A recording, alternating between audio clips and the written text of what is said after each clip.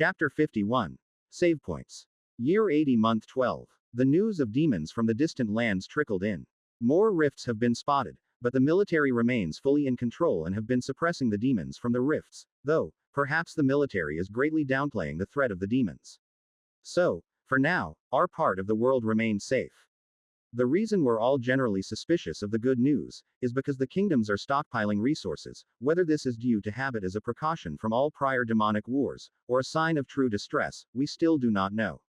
In past instances, trade lines get disrupted, and sources of food become unreliable, so it could be that there's really nothing, and some of these kingdoms are just being prudent, preparing for the worst.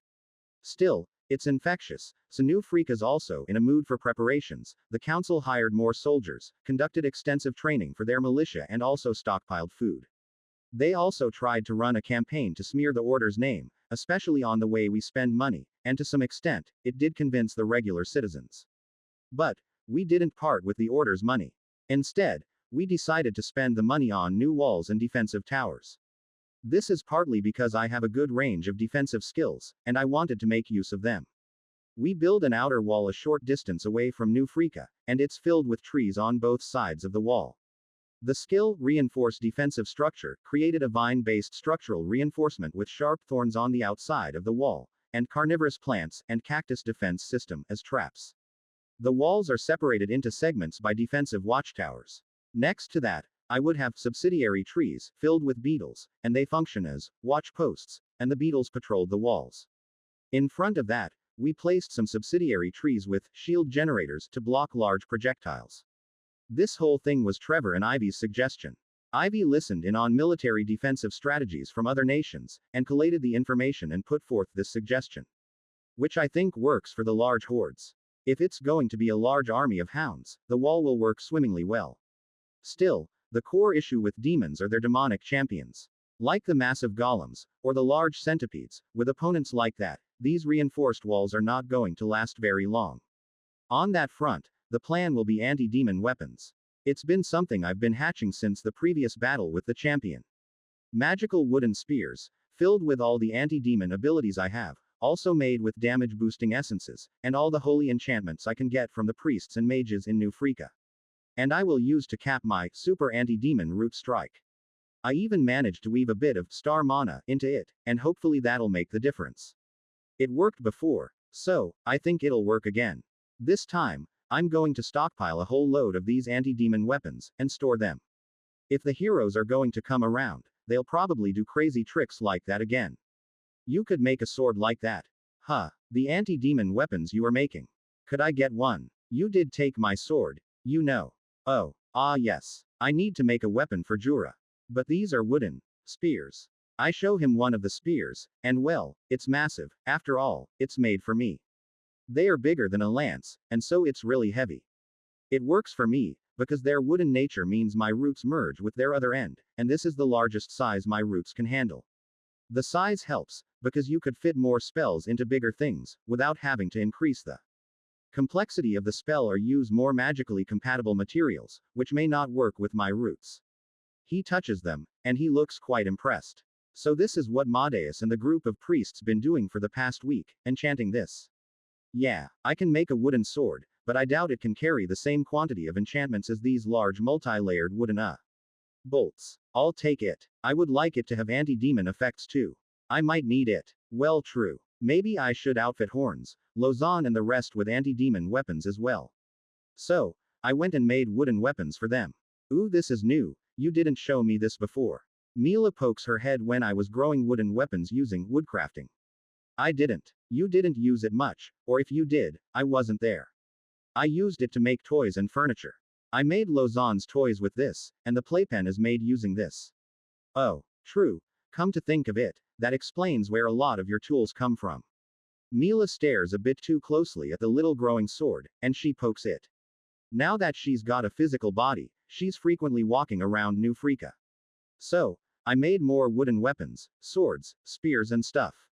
The process of making wood weapons is actually quite time consuming, because for them to have a comparable strength to a regular metal weapon, I actually cheat, meaning, I use irons and other metals harvested via my roots, and infuse them into the wood itself, the wood using them to form a kind of metallic frame in their structure. But that's not enough, so I would then infuse essences. I have elemental essences, strength essences, life essences, and adding essences strengthens the overall weapon. The best part of essences is that they can coexist with magical enchantments. For small weapons like a sword or a spear, relatively speaking, they can take 1 or 2 enchantments, more if I embed jewels in them. But since I don't have many magical enchantments, I use the only one I have, Lesser Holy Enchantment. Cool weapon. Mila nods, looking at my completed wooden sword. It's almost black in color because of the essences used. In terms of sharpness and strength, it's above a regular steel sword. It's no super sword, but Jura tries to swing it around, and nods. The weight distribution feels a little weird. Probably need a bit of getting used to. But I suppose it's good enough. He still likes his own steel sword. Mila's also examining Jura's new dark wood sword, now that it's done. Mika, you like swords? Jura asks. Mika is Mila's name in New Freaka, and Jura thinks Mila's one of my artificial souls, like horns. Mila didn't want to be known as a former hero. There's just too much baggage, so a new name. Alexis's new name is Alex, but for now, nobody can see her except myself and Mila. A bit. I think they're quite cool. I generally like things made of wood. Jura nods. I see. It makes sense. Tree folks like wood stuff too. But don't you find it weird, in a way? It's like an elf admiring a weapon made of elf bones. I would be somewhat creeped out. I don't see it like that. If your entire life you were brought up that this is what your species does, you wouldn't think it's strange. Jura pauses, nods. I see. The two chatted for a while, mostly talking about swords. TreeTree, you should fuse an artificial soul into a sword. You could make a talking sword. Mila casually said. She also takes a swing out of the new sword. It's a little too heavy for her, so after a swing or two, she gave it back to Jura. I feel like I've had a stump rammed into me. That's actually quite a good idea. But then the poor artificial soul is stuck in a sword, and what if? He doesn't want to be in there. What if the sword breaks? But those are minor challenges. It's an idea worth exploring. It's been 2 years since I made Ivy, so I already have enough fragments for more artificial souls, just need to check whether I have enough potato power. 59,400 normal trees. 5,630 subsidiary trees. 1 ley line. Currently have enough power to support a total of 11 artificial souls. Oh, there's really a lot of trees now, since, well, it's peaceful. Now let me think. Back to Jura's arm. Well, I had Jura sit down and go for a full scan in the biolab again, this time, specifically the one inside my body. And then, when he did, I pulled the power from the Soul Forge and used it to get a scan. Now that I have some idea what I need, based on my experience with the hamster monster, I'm trying to recreate that sort of data. And well, it works. But it's a far longer scan than the usual biolab, which takes about 2 hours. I had to sedate Jura and put him in sleep, since the mana from the Soulforge had to scan the arm.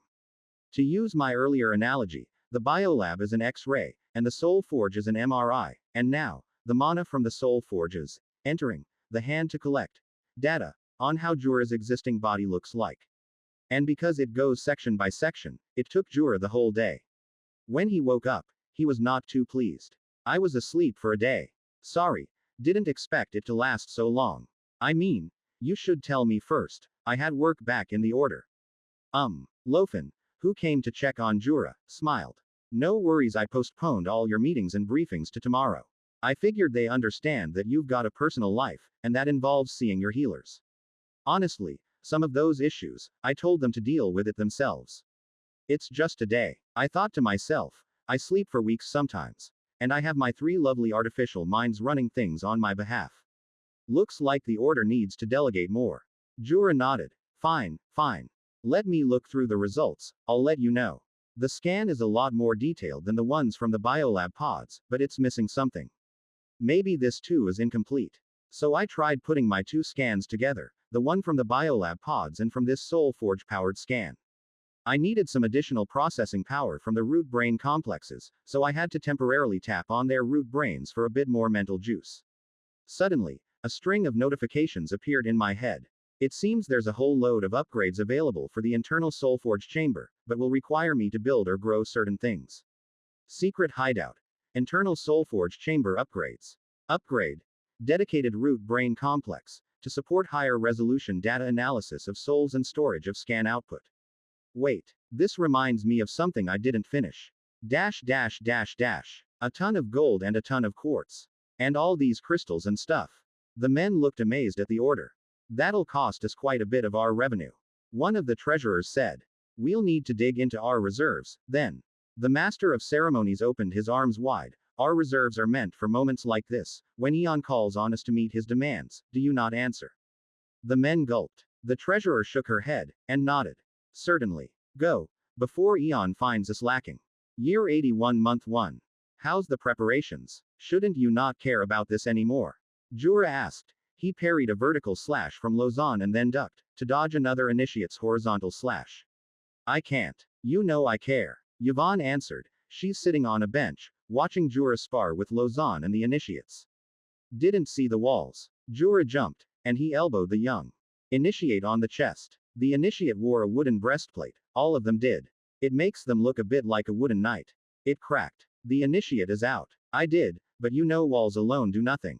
Haven't visited them. Jura ducked. Lausanne momentarily vanished and emerged behind him. But Jura blocked it anyway. Good move, shadow stab. But you tend to appear right behind me, it's predictable. Lausanne's sword bent, and it curved towards Jura's head. He grabbed it with a reinforced wooden hand, and with a strong yank, pulled the sword out of Lausanne's hand. Lausanne protested. It's a spar. You used 2 skills, so I retaliated. It's a handicapped spar. Rest. We can continue later. Lausanne's still a bit upset, but she did as she was told. She's close to the initiates now. Jura walked to Yvonne, and grabbed a drink from a wooden flask. Where were we? Oh yes, the walls. I thought you would have visited them. Didn't you? I did. Yvonne looked at the girls. All of them are young. Lausanne's the oldest at 11. The rest is between 6 to 9. Not enough. Yeah, my own sources tell me nasty things. About massive armies in the southern continent popping out of the hills, ravaging cities and setting up camps. I fear for us, whether we can survive that. I wouldn't worry too much. The Order's making preparations, and so is TreeTree. He's making a whole load of preparations. Even the Council's busy preparing for the demons. As a whole, we're doing fine. Yvonne paused, breathed a long sigh. Is there something underground? Oh, is there? You don't know about it. Yvonne looks puzzled. Then, is TreeTree doing something? All these tremors and shaking. Is it not him? Doesn't sound like it's related to what I know, though. Jura shrugged. He motioned to the initiates. Anyway, time's up. 3 initiates this time. Lausanne, you sit out and watch. Lausanne raised a fist. More spars. The girls and Jura would spar a few times that day. The initiates benefited the most, since they lack combat experience. Lausanne, on the other hand, is starting to plateau. I'm not sure how it works, but it sure seems like there is a limit how much one can gain experience from fighting the same person over and over, even if the gap is huge. Yvonne asked during one of the other breaks. Do you think we can beat a demon champion? What? You, and me. Yvonne pointed to herself. No. Jura shook his head. Why not? Have you ever faced one in battle, Yvonne? No, I have. We're quite good. Both of us. But a demon champion? I don't think we are there yet. Not without TreeTree's powers. How is it that TreeTree is able to defeat demons anyway? I've never heard of a tree spirit that's able to defeat demons. It's unlike their nature. Jura paused. That's a question I do not ask. You should. There's something, isn't it? Maybe he's some kind of unique anti-demon variant sent down by the gods. This is a conversation that I don't want to have, Yvonne. Yvonne HMPHED. Fine. But you are his spokesperson, you should know. I am fine with other people having secrets, Yvonne. I am not a young teenage elf who's obsessed with everything anymore. It's not the same. You could lose your life. Lives have been lost for far pettier things, Yvonne. Let's leave it at that. Yvonne sulked. Dash. Research status. Beetle. Anti-magma armors stage 4 to 4 months. Metal hyperaccumulator trees. Stage 1 to 6 months. Phytoremediation process. Basic 16 months. Dedicated filtering Blackwater plant. Stage 1 completed. With the Blackwater filtering plant research complete, I now have a specialized tree type, derived from the trees near the sewers of Ransala. New Freeka's sewer project is still under construction, so this tree is a bit early. Thanks to the budget reallocation to the military, the new Freeka sewer project is now crawling, with less than half the original workforce and artisans. Meh. But I didn't want the order to fund the project, so I deployed some of these new, filtering trees near the present latrines. These trees help segregate the contaminated water, such that only filtered water passes through. Poop is generated daily. Daily. It grows. And it must have some way of being recycled or processed.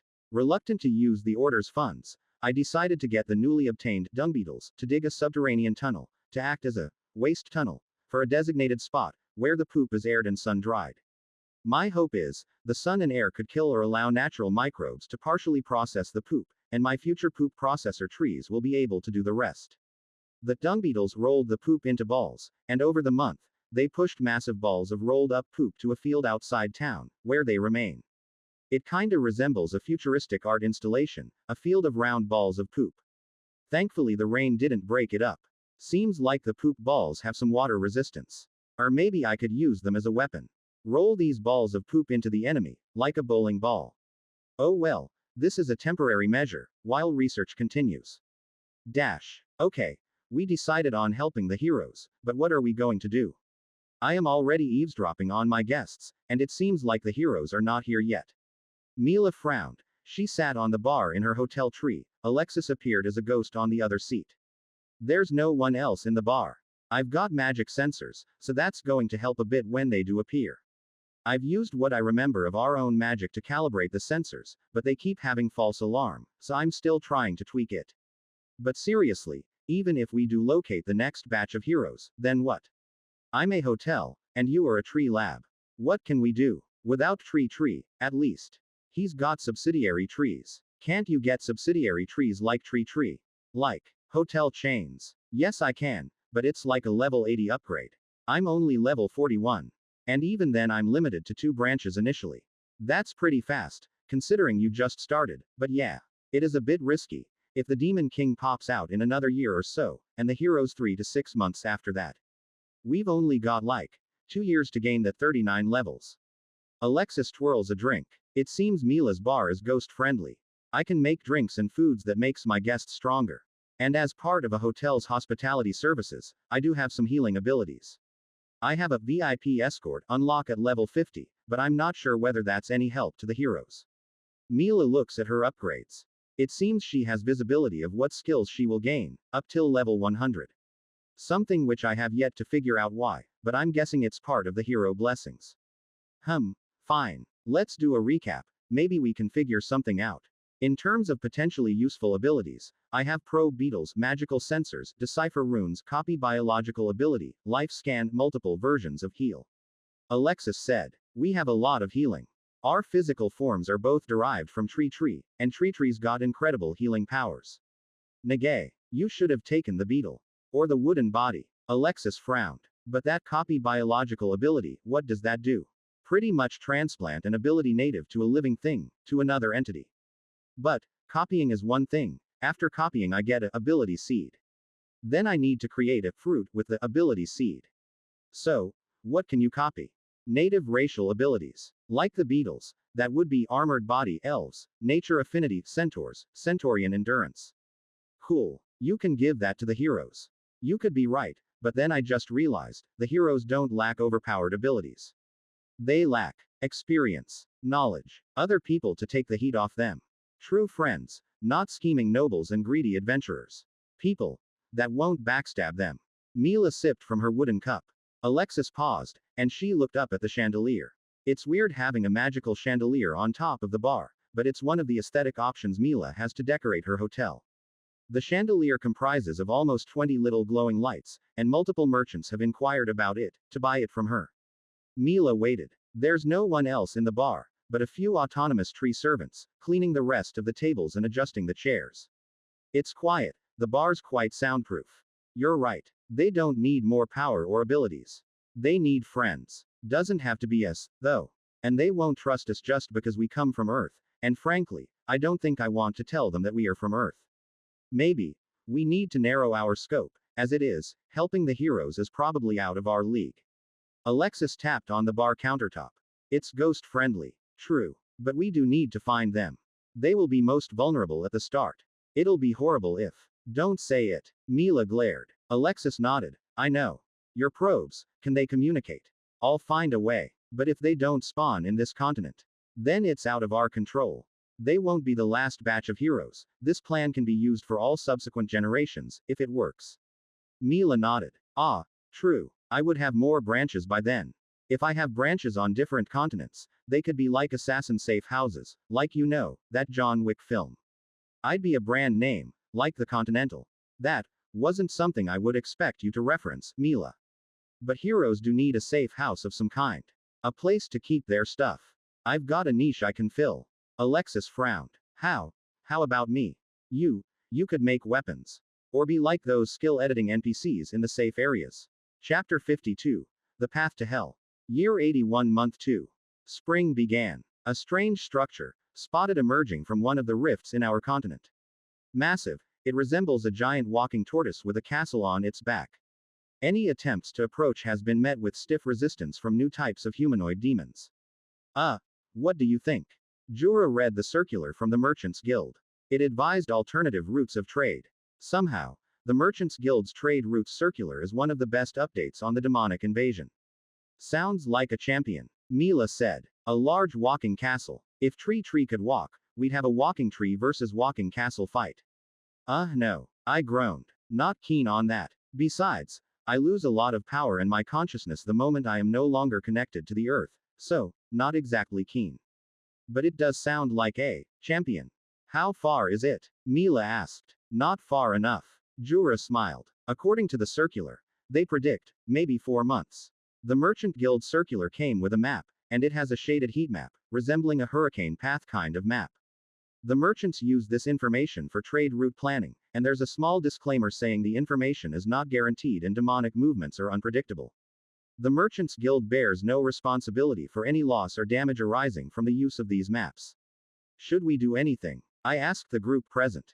Against demon champions. Madeus paused. We would need to get the temple's aid.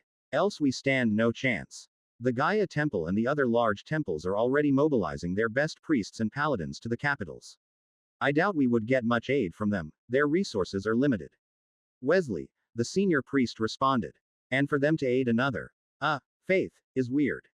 Yeah, we're kinda like a faith now, with me as the deity.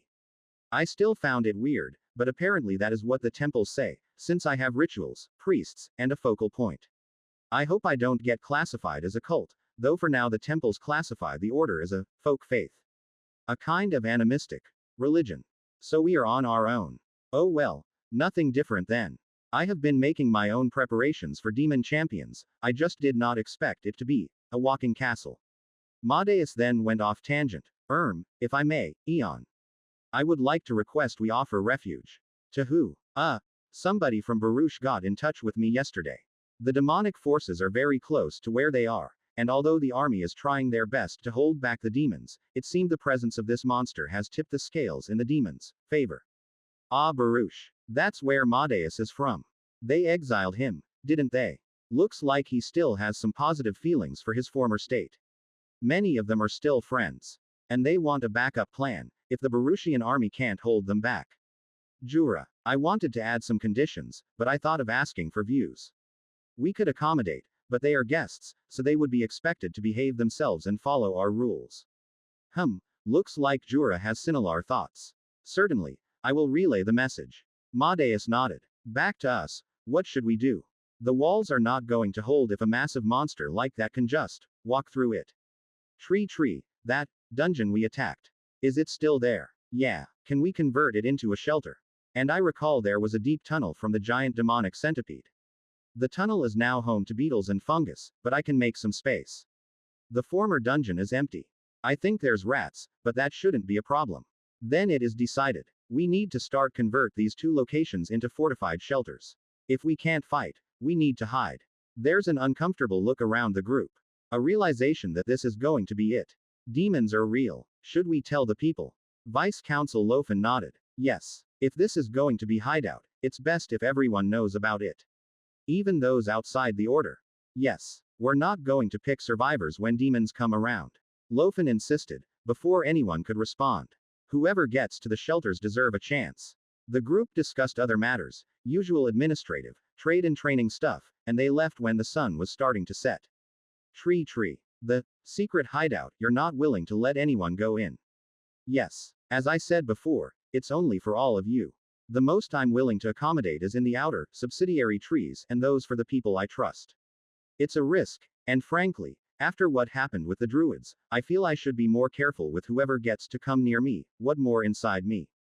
It is unfortunate that some lives will be lost this way, but I think my own self-preservation trumps that. I can't save everyone, and I don't plan on trying. Lofen sighed. I'm not sure whether she's happy or sad. Your secret hideout is probably one of the safest places this valley has, though. If I still stand. But I believe the two options are pretty good. The tunnels don't require me, and the dungeon's been reinforced. The root networks should last for at least a few months before the spatial magic starts to collapse on itself. It's probably a good idea to get the builders working on it. One of the things when disaster happens, is that people pray. It's not my first time to receive prayers, but there is something about impending death that causes more people to pray. Some of these citizens pray to every god, even if they only profess to one, some even pray to me. Not all behave this way, of course. Some become more devout in times of crisis, putting in a bit more offerings, going for more blessings and masses. But this behavior lead to something that's new to me. Throughout New Freaka and the valley there are about 7 tree of prayers. One in the Treefolks village, one up on the slopes of the Centaur camps, and the remaining 5 in New Freaka itself, mostly in the Order's compounds, thus function as mini shrines. Tree of Prayer upgraded. Tree of Prayer's calming presence significantly improved. Those around more likely to express their grievances. Tree of Prayer gains ability to extract some negative emotions and converts them into essence. I mostly listen, after all there's no real need to interact. I think to a certain extent, most of these citizens know what they want to do with their lives, but anxiety, fear, and worries just cloud their minds, so they need a place to vent, to relax, to just think in peace. So, if I could talk back, that's not exactly something pleasing. Instead, the tree of prayer just bobs its branches, the leaves shakes, and occasionally a small fruit will down on right on the person's lap, kinda like, hey I heard you have a fruit. The fruit's just a regular fruit, it's sweet, though, so, most of them eat it, some of them actually display it in their homes. Which is creepy. Anyway, the amount of too much information when people are poured their hearts out in their prayers and whispers is, well, immeasurable. Seriously. Elves, centaurs, tree folks, all still have their emotional problems, their professional challenges, financial and money issues. It may be a magical world, but problems are persistent across worlds. The tree of prayers have an odd side effect, which is, it remembers the prayers. Especially those who pray often, regularly over the same thing. It's an annoying side effect. Because I'd suddenly remember who and who cheated on who and I don't need that sort of telenovela in my tree life. I tell myself that it's a public service, and it helps to keep the citizens pacified. Like my other services, the birth and death services. We should have more. Ivy suggested. They're good intel, it helps me with my dossier. Ivy's like a real spymaster now. If you could create one in Ransala, that would be ideal. That's a great idea. On the Sala side of things, they've finally responded to Jura's letter. There was a follow-up letter sent 2 months ago, just lightly reminding the kingdom of the official letter sent a year ago. So, it seems they picked someone to be the scapegoat. An unfortunate administrator and some of his subordinates was identified as the mastermind of the massacre, and he will be transported to New Freaka. A scapegoat. Could really be him. We have to interview him to know for sure. The prisoner convoy will be escorted, and they will arrive in a month. Jura shrugged. Well, let's see what comes out of this. Perhaps he has a passing involvement. I would think so. Salah isn't that stupid to surrender someone with totally no involvement. The point is to sacrifice the tail to spare the head, so the real mastermind of such slaughter is spared. It could be it's just some prince up there, who just goes, burn the rebels, and everyone down there just carries it out. Madeus chimed in. It's very common for royalties to say things without actually thinking about the lives lost. You say that like it's an everyday thing. Mika frowned. Yes, Mika, that is indeed how the kings and royalties are. Our role as their servants and subordinates is to understand our liege, and guess what they truly desire. We cannot always take the words of our king for what it is. At that point, I think to myself, that sounds like insubordination or treason. After all, our king has a wish, a desire, and sometimes, the words he has cannot communicate that will, Though some kings have skills that help with that. Jura raised a hand and everyone quiet down. Let us not speculate, we will wait for whoever they sent. TreeTree, I must trouble you to help us in our interrogation. Would you happen to have those tree saps from long ago? The ones that makes them delirious. Of course. I'll make some. It wasn't hard to make different kinds of tree saps. Regular plants make poisons and allergy triggering saps all the time, so it's easy peasy for a magic tree. In fact, I should totally infuse more magic into it. Anyway, back to Ivy. Ivy, you suggested to have a tree of prayer in Ransala. Yes, master. These people seem to confess their challenges to the tree so easily. Why go through all the trouble of spying when they are more than willing to tell a tree? There's nothing to lose, and if anything, we gain insights into the human mind. Fine. But where and how should we do it? New Freaka can make a goodwill gift, since they gave this scapegoat to us. Then manipulate the officials to plant the sapling in a public park, which we can then replace with the tree of prayer. Call it the New Freaka. Salah Friendship Tree. That sounded like something politicians do back on Earth, but I think it could work. I could make a sapling-sized tree of prayer.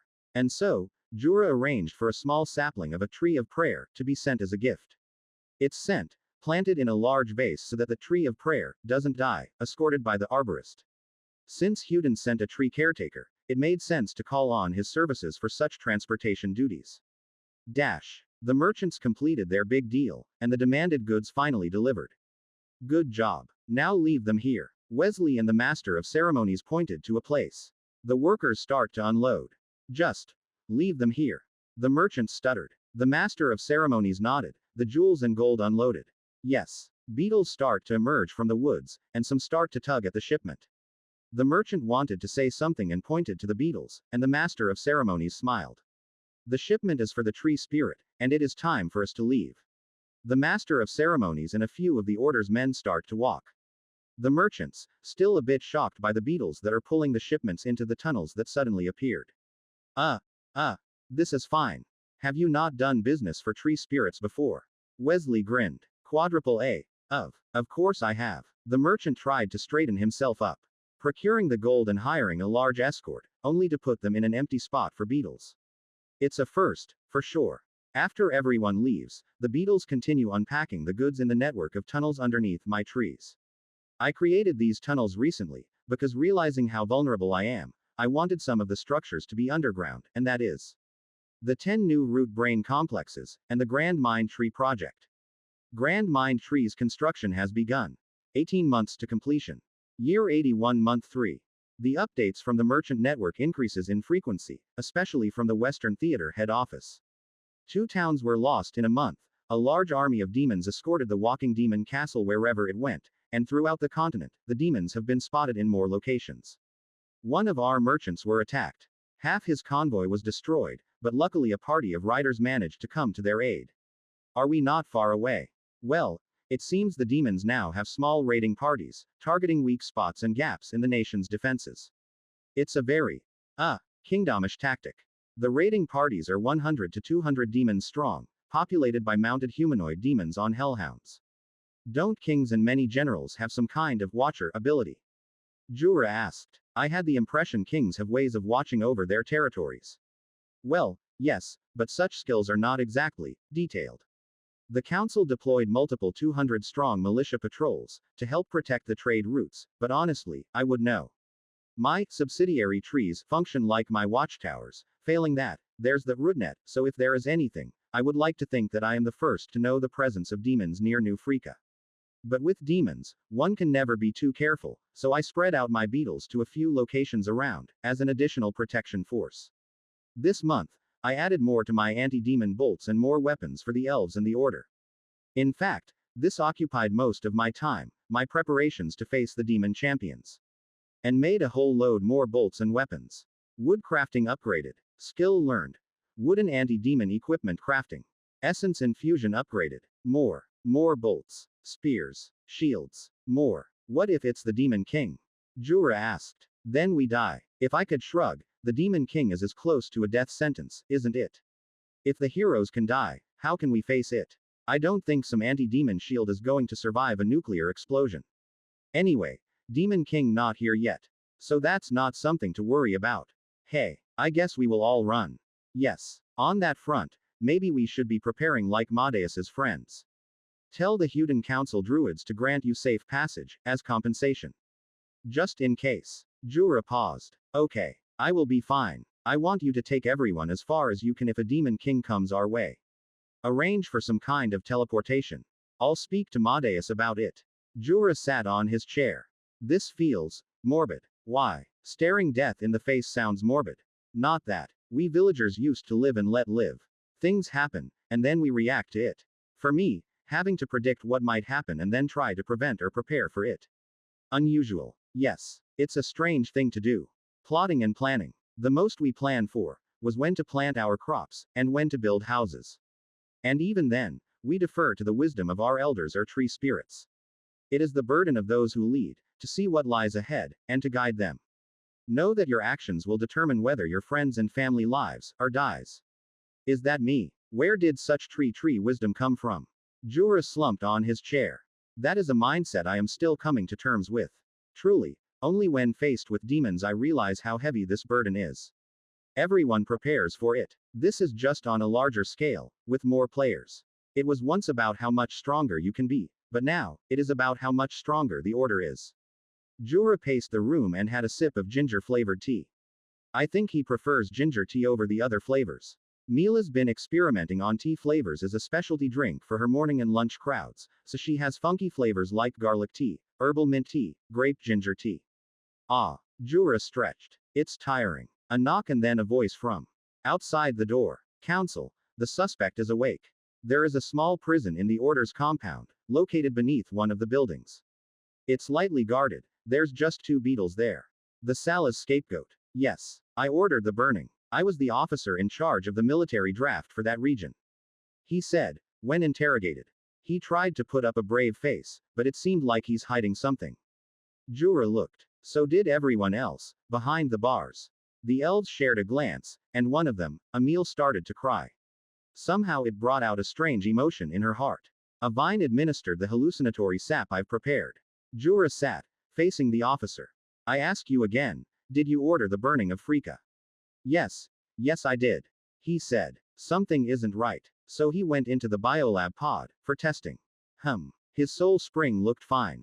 The skills are okay. If he is lying, or being forced to, there should be something to hint at the truth. I would have to go deeper, and call on the powers of the Soul Forge. Knocked unconscious, a few beetles helped to transport his body into the main pod in my main body. With it, I used the Soul Forge's power to pry into the outer soul shell. What I saw was the usual human soul, semi-translucent, but in that soul's head, there was a small bluish blob. As I attempted to alter or touch it, a strong force repelled me. Blocked by oath. It seems there's no progress here either, and it looks like he's not under the influence of magic. Is he lying? Jura asked. I have no clue. The oath could have nothing to do with the burning. Or it could be key.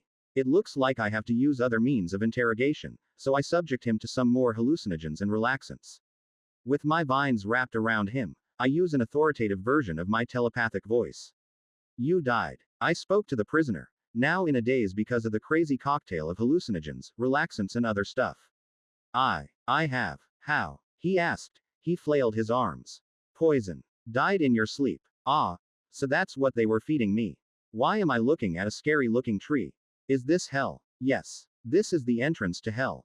You died near a tree spirit, so this is where you will depart to hell. He paused, and looked confused. I still feel a pulse. What made you think hell would not have a pulse? Ah. So I might not be dead. It's a common mistake. When you die, your soul goes to this other soul realm, awaiting reincarnation. During that waiting time, life goes on normally. He paused. Okay. So, please wait. There's a long queue to enter hell, so it will take some time. Make yourself feel comfortable here. I don't know how successful this will be, but I am going to overload his body with so much of these saps that he's going to lose his grasp with reality. Hey, there's a queue to hell. Everyone's a sinner. So it's naturally the path to hell is extremely crowded, and why we have demons so often.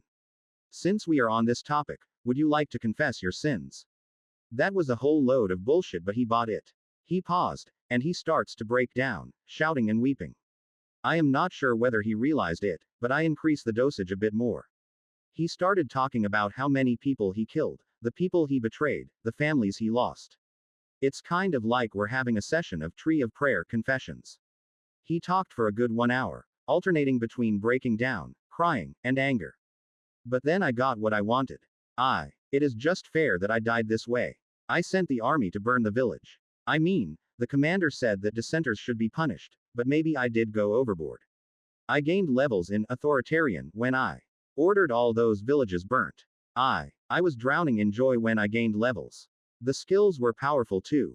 I got a skill like submission, which worked so wonderfully with the commoner ladies. Oh, I expected a scapegoat. But, color me impressed, Salah actually sent the right guy. And a scum, too. But could you fault me? The commander himself burned many villages to the ground when they rebelled against the king. All of us did. We did what we had to enforce order. Fear is key to maintaining control. It was either that or we would be chopped for punishing the villages too lightly. Looks like maybe not. It's an institutional failure. We burnt many villages. When there was a plague, we culled. When there was a suspected demonologist, we culled the villages. There is no time for proper justice, we lack the resources, manpower, and even if we did, there was no way of ensuring justice was properly conducted. Every kingdom did what it felt was right. Maybe all of us should just burn to the ground, you know. He sat, surrounded by the vines and roots. All of us are sinners. Maybe the demon king should just crush all of us. Did I overdo the tree saps? Say, would I be able to meet the commander here? Or is he already on the other side? How long a backlog are we talking about? I definitely overdid the tree saps. Skill upgraded. Tree saps. Skill obtained. Condensed tree psychedelics. Dream tutor variant obtained. Skill. Psychedelic dreams. Dream tutor variant obtained. Skill. Mystical dreams. Chapter 53. Escalation. Year 81 Month 4. The war in the Baruchian territories deteriorated. The presence of the walking demon castle greatly hindered all attempted progress, and even with high-level individuals, the demons have now deployed knights. These demons have been described as elites, capable of standing up to a level 40 elite soldier toe-to-toe, and are described as humanoid horned demons, usually with one large unnaturally crimson wing. They have been seen wielding spears, swords, axes and many other types of melee weapons. No rifts near our location yet. The captain elaborated. It's a once every other day meeting, to gather data on the demons. They are coming, and well, everyone's feeling a little tense. That's of no comfort. We are just waiting. Jura sighed. One of the merchants want to meet, counsel. Sure. A merchant walked into Jura's office chambers. Salutations counsel. I'll get to the point. The merchant guilds is trying to build a coalition force to protect key trade routes, especially those that cut through the kingdoms nearest to the spotted giant demon walker. In exchange for the various nations' contributions to the force, led by a group of senior military men, the Merchants Guild will offer preferential prices on goods well below market rates, and also the rights of first purchases on goods passing through these routes. You sure didn't mince words there. Jura sat and thought for a moment. How many men are you talking about? Have you spoken to the High Council? Yes, I have. They are keen, but only if the Order also participates. They will match every person you put in. Hey, clever of them. If the Order doesn't participate, then we look like scums. Jura sat and twirled a wooden pen. Back to my question, how many men does the guild want? Ideally, we want high-level individuals. Elites, if possible. Numbers, while it does have its own quality, is not the most suitable countermeasure against a demonic force of nature like the giant demon walker. I need to have some discussions. Come back in 2 days. The merchant bowed and left. Jura turned and called in the management team. Madeus, would you be keen? I'm also planning to talk to Yvonne. If anything, I would like both of you to participate. Madeus shook his head. I'm having fun teaching the kids in the orphanage. Well, turns out Yvonne also had a similar idea. The Valthorn kids need me. I'm not leaving them alone with TreeTree, not without my supervision. Also, now that we know quite certainly the Salah guy is the right guy, I'm a bit stuck with what to do. You know, if he wasn't the right person, it's not cool to drug him and make him think he died. How did you plan on integrating or undoing the effects of such a powerful hallucination? I had a hunch that he's hiding something. He could be hiding other things. Too bad, I'll just make him think it's all a dream. You know, like those exceedingly vivid dreams that you wake up from, wondering what in the world just happened. That sounds like the kind of essays I used to write for school. Mila grinned. When I delivered the message to the elves, that he is the right guy, Lofen stormed up and went to one of the tree of prayers to gather her thoughts. Somehow the reality that she faced the person who indirectly caused the death of her husband made her angry. I want to slap him many, many times. Okay. So the drug-delirious prisoner is freed from his biopod prison, and Lofen slapped him many times. In fact, the other elves joined when they saw Lofen started to slap the man. You evil man. Our lives lost just because you felt like it. Lofen slapped. I had thought that maybe you had a vendetta, but no. She slapped again. We are just. Another slap. Another village to burn. Another slap. The guy's delirious. The overdose of hallucinogens massively distorted his sense of reality. Is this like purgatory, where I meet those I have sinned and answer for them? He asked, which only made Lofen even more mad. Hell yeah it is. She slapped him some more. The other elves, like Emil and Belle, both just gave him one slap. One big fat slap. And that's it. They walked away. Because although they are angry, watching Lofen's ugly chain of slaps made them feel like they needed to be above this. All because of some stupid levels. Are our lives all so meaningless and insignificant to these nobles and lords?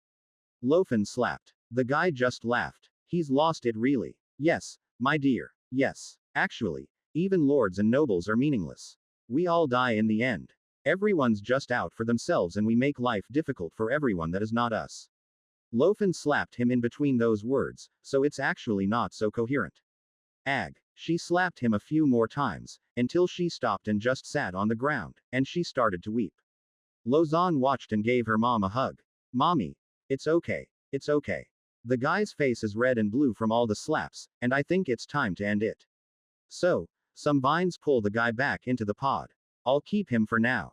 Lofen still cried, so she didn't respond to my statement. Jura just watched, and he walked away. TreeTree. Just kill him already. Him being insane and mocking us with that insanity just makes us feel worse. Well, I kinda figured he's gonna die anyway, but to kill him would be a waste of valuable mortals. He would join the other criminals on death row that I've reserved for my soul-related experiments. I mean, if the justice system says who and who is to die, might as well contribute to science while dying. It's not as if the manner of death makes a difference. It's a position opposed by Mila and Alexis, of course, but they can't stop me. If I'm going to figure out how to fix Jura's arms, I need more experience with all the sophisticated meddling in that Soulforge. In the past month, in between creating more of those anti-demon bolts and weapons, I've been experimenting with creating an arm.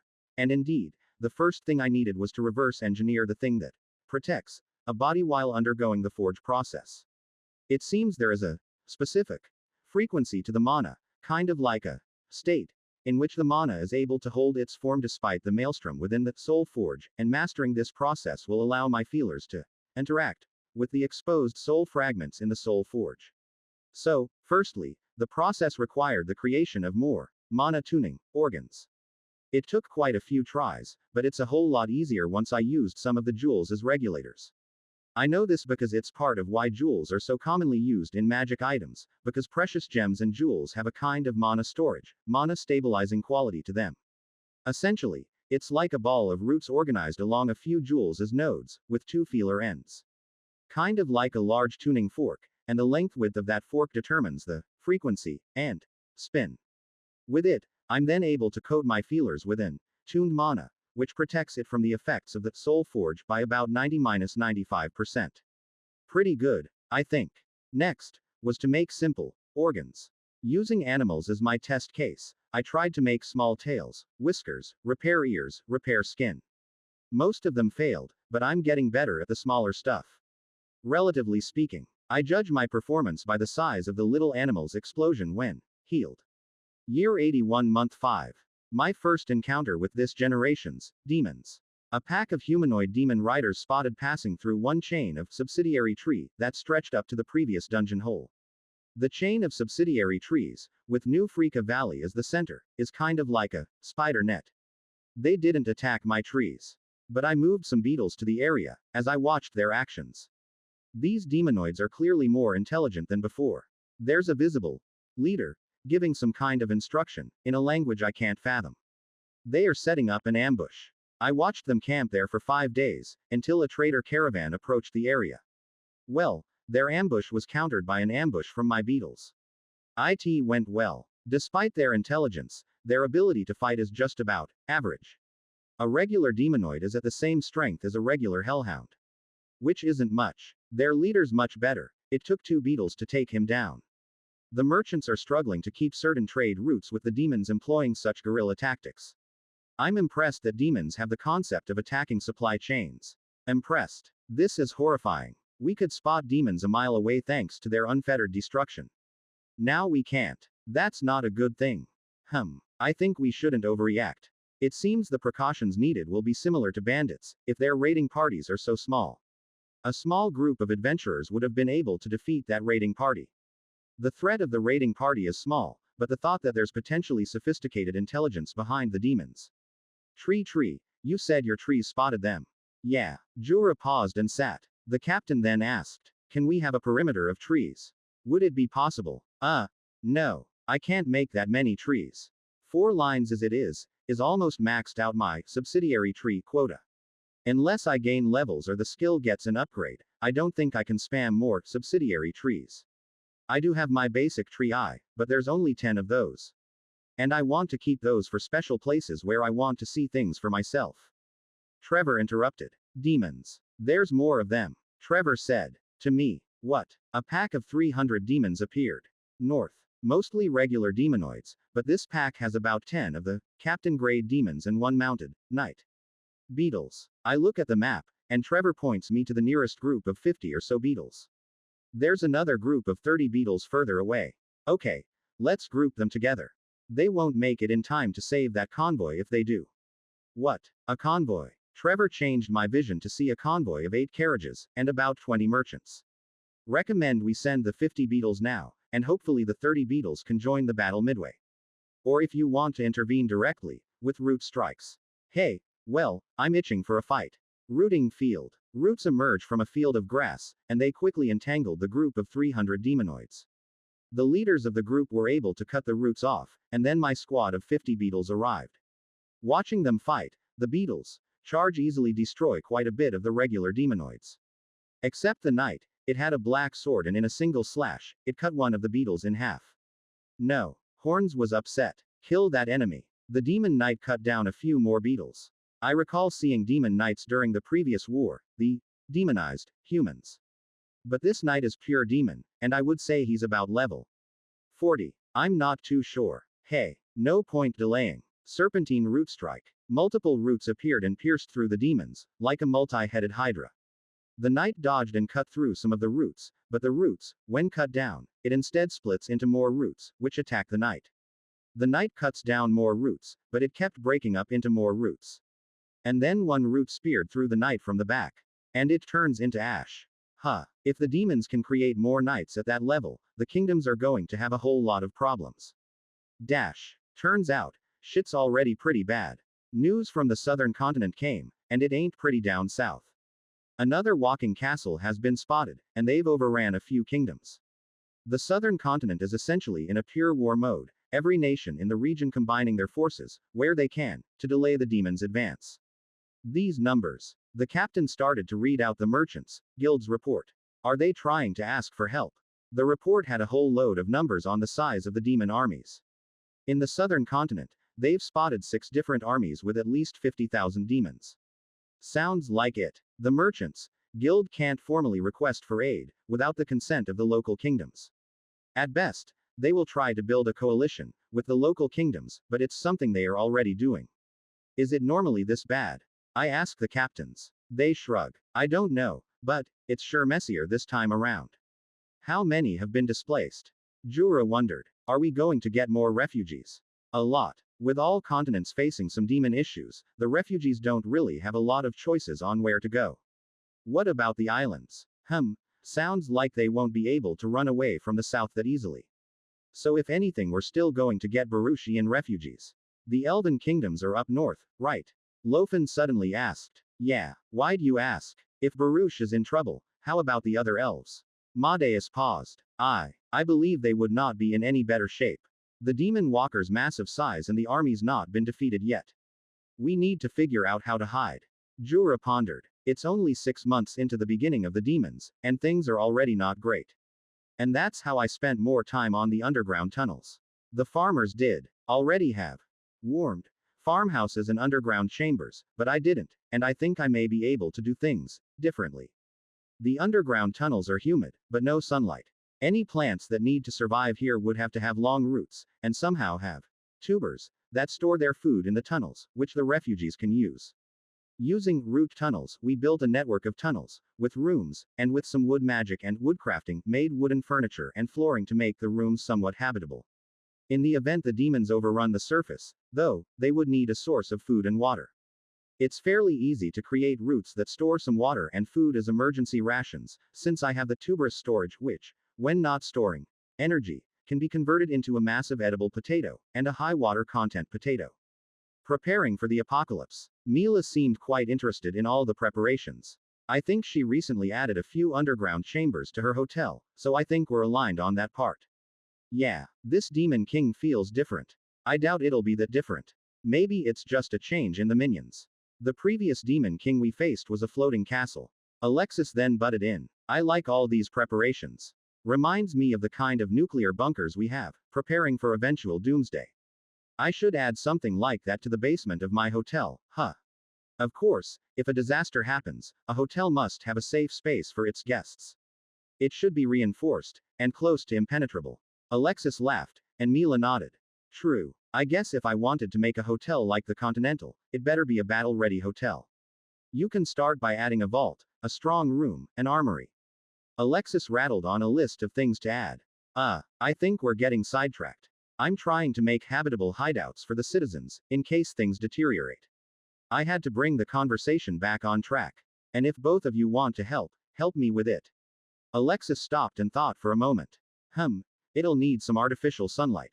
Perhaps mana-powered lights, and then with it, grow some kind of vegetables under those lights. Oh, that's kinda like the greenhouse idea again, but indoors. So, we tried it out. I got Trevor and Dimitri to help, since I'm really kind of tired of doing things on my own. There's just so much to do, so many things to manage. We upgraded the tunnels into canister-like compartments, each canister a self-sufficient setup, with a water storage plant, fungi and plant growing area, food storage, and wooden beds. It has metal-reinforced wooden pillars and walls, for additional strength and toughness. It's kind of like segments and sections in buildings. New skill acquired. Customizable roots. Customizable roots function like the underground equivalents of your customizable branches. Each subsidiary tree now can support one customizable branch and one customizable root. Choosing the customizable roots will shrink the tuberous storage of that subsidiary tree. Oh, cool. How does it look? Jura and the elves looked around at the new network of underground housing cum hideouts. Just needs some more lights for additional brightness, but for a wartime hideout, absolutely luxurious. The food supply may be insufficient though, since these things depend on you growing your own vegetables. But at least there is water and the potatoes on the wall are still growing. The potatoes on a segment of the wall is still linked to the roots. It's like the seed of the potato, so the refugees can pluck the potato and a new one will grow. Good enough. I suppose next will be fortification and security. Alexis and Mila added. How about air? Is there sufficient oxygen down there? Ventilation is super important in underground spaces. People could die from choking and smoke. Good point. I had thought of using the plants, but the plants probably don't produce enough oxygen. Could you use mana to create oxygen? Is there a spell like that? Natural tree ability. Water, oxygen, carbon cycle. Converts water to air, or air to water. Uses mana. Oh, that's easy. Turns out I had that ability all the while. But it doesn't solve the problem if I'm not there. How do the refugees get air? Do you have plants that create air? No. Maybe there are, but I'll need to find them. It's Madeus that gave the solution. We'll get some gems of breathing. Those gems can produce air at a mana cost, and with that we can breath. It doesn't require much mana, that ordinary folks with some magic should be able to operate. That's quite expensive. Jura nodded after the treasurer told him the expected cost. But we'll get a dozen. And the gems of sunlight as well, if we plan to grow these plants underground. Turns out, there are some off-the-shelf solutions already. Alexis paused. Can you ask for some of those gems? Ask Jura to buy a bit more. Our coffers are a bit low after my recent spend on the gold and jewels for the Grand Mine Tree, so. Alexis frowned. I could use some of those for research. Year 81 month 6. The magical sensors went crazy. Across my many subsidiary trees and biolabs, the array picked up multiple large surges of energy. Something's happening. Alexis is the first to be disturbed by the sensor readings. The air seemed tense, and a sudden gust of wind followed. A while later, my network of roots start to detect tremors from afar, the sign of a massive explosion. Jura, any idea what's going on? Jura's oblivious to it, because, well, unless you have a built-in magical sensor in your body, you won't notice it. It's Madeus, who ran in, along with Yvonne, to the Jura's council chambers. A massive magical explosion has been detected. The demon walker was attacked with some kind of projectile weapon. Oh, isn't that good news? Who did it? Jura asked. The Baruchian court gathered their mages and the voluntary sacrifices of a few young men and women. It's forbidden blood magic. And it didn't work. Instead of destroying it, the magical projectile heavily injured the demon walker, and now it marched for the Baruchian capital. Blood magic. Jura looked at Madeus suspiciously. Baruch has blood magic. And sacrifices. There is a hidden faction in the Wizarding Academy studying blood magic. Secretly. But the king gave his consent to do this. The blizzard may have links to Baruch. Mila said. What's Baruch's relationship with Nung, Takdi and Salah? Madeus shrugged, a little bit ashamed. Okay. I don't know. But whatever it is, that magical disturbance came from Baruch. The magical sensors went off again. But this time, it wasn't from Baruch's general vicinity. It came from further north, from the coast. Any idea what's going on? We didn't know. Until news came about a week later, that the same blood magic ritual was repeated, in another kingdom south of Salah, with more sacrifice. And the worst part, the second projectile missed the demon walker, and left a crater filled with an unpleasant miasma. Madeus, is there a cult practicing blood magic throughout the continent? There are all sorts of cults out there, practicing all kinds of obscure magics. No one really knows, but I would say, yes. The demon walker changed direction. It's now heading south. What? Another magical disturbance. My sensors are starting to become quite attuned to this. It's the same country, and they did the ritual. Again. How many times can this ritual be repeated? I don't know. This time, we all saw it. Because the dark purple and red magical projectile flew overhead. Even with my spiritual vision I could see it. It's a missile made of condensed magics, sacrificed lives and just a whole load of unknown energies. It's from a country called Hela. The array of magical sensors could now track the movement of the magical energy. A kingdom led by a new king. There's little I know of them. That's not outdated. This third blood ritual bullet exploded at the edges of Baruchian border, apparently scrying revealed half of the castle on the demon walker, back was destroyed. The regular demons died, but it didn't stop the walker. Oh no, it didn't. It's still headed south. Are they planning to use this against the demon king? Well, it turns out Hela and Baruch were not alone. In the southern continent, a few similar spells were used, to great success. They destroyed a demon walker. The demon walker though, now moved as fast as it could towards Hela. Devouring every single town or village in its path, and with it, a growing army of demons. It's coming here. This is insane. Alexis screamed. She used the readings from the magical sensors, and her own sensors. It's pretty much a magical nuclear weapon, tuned to cause immense destruction in a narrow area.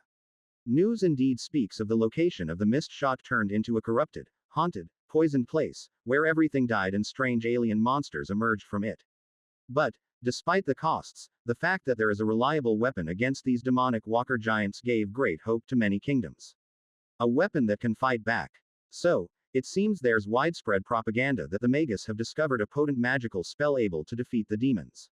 No longer do they have to fear the champions. TreeTree, I hate you. Alexis said one evening, as the news that more such rituals are being used throughout the world. Why? You were preparing for underground hideouts. Did you have a spirit vision or epiphany, that you somehow see this coming? Hex bombs. Alexis called them hex bombs, because they leave a hex on the land. Honestly no. I was preparing for the possibility that a demon champion defeats me. But this feels too coordinated. Who's teaching the process of this rituals to all the different kingdoms? The speed this ritual spread is unreal. The kings won't hear naysayers now. They all bought the story that this spell can defeat the walkers, and they have 2 success cases now. One in the southern continent, and one in the eastern theater. People celebrated, ignoring the reality that there are sacrifices needed for each shot, which numbered between hundreds to thousands, less if the person is of a high magical power and level. But one is still walking our way. After Gilla's 2 shots, they stopped. The demon walker's wounded, with a strong hex on its body, but it is still headed this way. Deep inside, I just know that it is going to come through here. I didn't need a messenger running inside the room, shouting. Demon Walker is headed for New Freaka, expected to be 2 to 3 weeks away. With an army of 40,000 demonoids. It's just how it is. I am a magical tree, and somehow, I will always end up fighting demons. Which is fine. Demons are my natural enemies. I just don't appreciate being potentially in the line of fire of a hex bomb. Chapter 54. TreeTree vs. Demon Walker. Year 81 Month 6. The demonoids came over the hills, the giant walker, with the body of something resembling a mutant giant tortoise, with a castle on top. The castle consists of multiple reddish spires, with jagged edges, resembling the teeth of a monster. It wasn't hard to tell that it is approaching. The demonic army would cut down the trees in its path, and I could feel the walker's energy, with each step, a bit more of its energy pushed back on my bubble, and caused the effective radius of my lesser demonic suppression aura to shrink. But whatever that was, it only worked on the outer area. At this distance, in this valley, the aura from my main body is strong, and here, it overlapped against whatever that demon walker emitted. Together, with the walker, the 50,000 or so demonoids crossed the rolling hills. By the scouts' count, the army increased by 10,000, and this is due to the bases, and the walker itself being a mobile demon production factory. Or as Alexis called it, a hive. Like a beehive that made more bees. The past 3 weeks, along the expected path of the demon army, we built a few more layers of walls, filled with traps, and places for the soldiers to retreat. And tunnels for the beetles to spring a surprise attack. Honestly, I felt confident. A defensive battle is pretty much how I can fight, and it's something that I'm good at. And we have been preparing for this fight. And when the demon walker emerged, I felt ready. The demon walker's spires somewhat recovered, the damage from the blood hex magic is no longer noticeable, so we presume they have some self-healing ability. Until we saw the other side of the giant walker, where a large chunk of its body glowed purple, as if it oozed a magical rot. This massive giant tortoise, with a big castle on its shell stomped, and the earth shook. Luckily, the walls held. The roots and plants helped to absorb the shockwave. A Zeratin. Alexis is being the one with a wide general knowledge. A walking Zeratin, instead of an island on its back. Asterisk ROOOOOAAAAAARRRR asterisk a loud, but deep roar shook the entire valley. Trivia will have to wait. The demon walker roared, and that signaled the beginning of this battle. The army of demonoids charged towards the first layer of walls, into the carnivorous plants and cactus defense systems. And the sound of wood and demon colliding became the background chorus. The demons chopped the defenses down, but not before the carnivorous plants devoured some of the demonoids, and in doing so, gradually, but sure, reduced the number of demonoids. I reckon about 1,000 to 2,000 demonoids fell before the outermost layer is breached. Jura, Madeus and Yvonne prepared on top of the 4th makeshift wall layer. Lausanne, stay with TreeTree. This is not your battle, not yet. But my level is already in the 30s. I should be out there fighting. The young lady protested. She too was armed for battle, and she had 2 anti-demon wooden short spears on her back. She's right. She's a valuable battlefield asset. We need her on the field, together with the girls. One of the captains said. The archers got into position. They've been waiting for this moment. Many had a good meal last night, perhaps in preparation of death. No, not Lausanne, and not the kids. The Valthorns stay back. Jura insisted. Right, TreeTree. Lausanne should be fighting, but let her take one of the flanks where it's less risky. Together with horns. The beetles will cover her. The beetles are all hidden in the tunnels. All 10,000 of them. But I can spare some to act as Lausanne's squad. The demon walker roared, and the demonoids all received a boost it. My lesser demonic suppression is effective, and the roar merely offsets the effects of my aura. Yvonne nodded. You can't coddle her forever. Fighting demons is a regular affair, she best get some experience. The giant walker had a large head, and its head resembled part tortoise, part dragon. It had spikes and horns and it roared, revealing its fangs. It's a different roar, the vibration was different. And that roar sent out an energy blast. Steelwood barrier, wood shield generators. The subsidiary trees that function as shield generators create a large wall of wood, blocking the energy blast. Crack. The energy projectile from the blast slammed into the shields, and it crushed the first barrier and wood shield, and then cracked the last shield. Okay, fine. Go. Keep yourself safe. Jura sighed, turned and faced the horde of demonoids. The demon knights lead the charge against the first layer walls. Remember what we discussed. We've got to take on the demon knights. TreeTree will focus on the demon walker. Yvonne nodded, and then shrugged. Though I would prefer to observe TreeTree in action, but I suppose we don't have a choice. Be careful of the knights. Lozan smiled. Okay. Stay safe, everyone. Jura gave Lozan a pat on the head. You too, retreat or ask for TreeTree's help if you're in trouble. Better alive than dead. An armor of wood surrounded Jura, and in his hand, a dark brown wooden sword. There's multiple wooden spears on his back, and multiple smaller wooden stakes, enchanted to weaken demons. And Yvonne, you can watch after the knights are destroyed. The demonoid horde still charged. And in one area where the density was highest, I activated Root Surge and skewered about 2,000 demonoids. The walker stepped closer, and the earth shook. It roared again, another energy blast. This time it aimed for the second layer of walls. I couldn't stop the full power of the energy projectile in time, and this time, a section of the second layer walls disintegrated, and killed about 20 archers and the beetles hiding underneath. TreeTree, can you stop that blast? Jura asked, while running towards the army. The archers have started their volley overhead. I am creating shields right in front of it, to deflect and absorb the blast. That should take the heat off you. But be prepared to run if I can't stop it in time. Great. Jura cut down a few more demonoids in the way. He's looking for the knights. A roar, and another energy blast. This time, I stopped it. It took 4 layers of steelwood barriers. A special demon, one with wings, appeared, and it landed with a bang. The explosion from its crash crushed another section of the second layer of walls. And then it stabbed the few soldiers right in front of it. Jura, there's a winged demon elite. Look out for it, it should be on your left. I don't see it. Jura's deep in battle, fighting some more demonoids. The horde breached through the new gaps in the second layer of defenses, like a pipe with holes. The mages conjured their fireballs and spells. And the demonoids raised a shield made of their demon matter. Since when did the demonoids have shields? The explosions from the spells still destroyed a few demonoids, but the shields reduced the damage. 2 knights close in on Jura's position. Tall, dark, and honestly quite cool looking with that jagged-edged demonic body. One uses an axe, the other uses a spear. I should create wood knights. They look cool. Ruar. An energy blast from the walker again. My shields block it, but there's still collateral damage from some of the deflected blast. A part of the third layer walls is destroyed.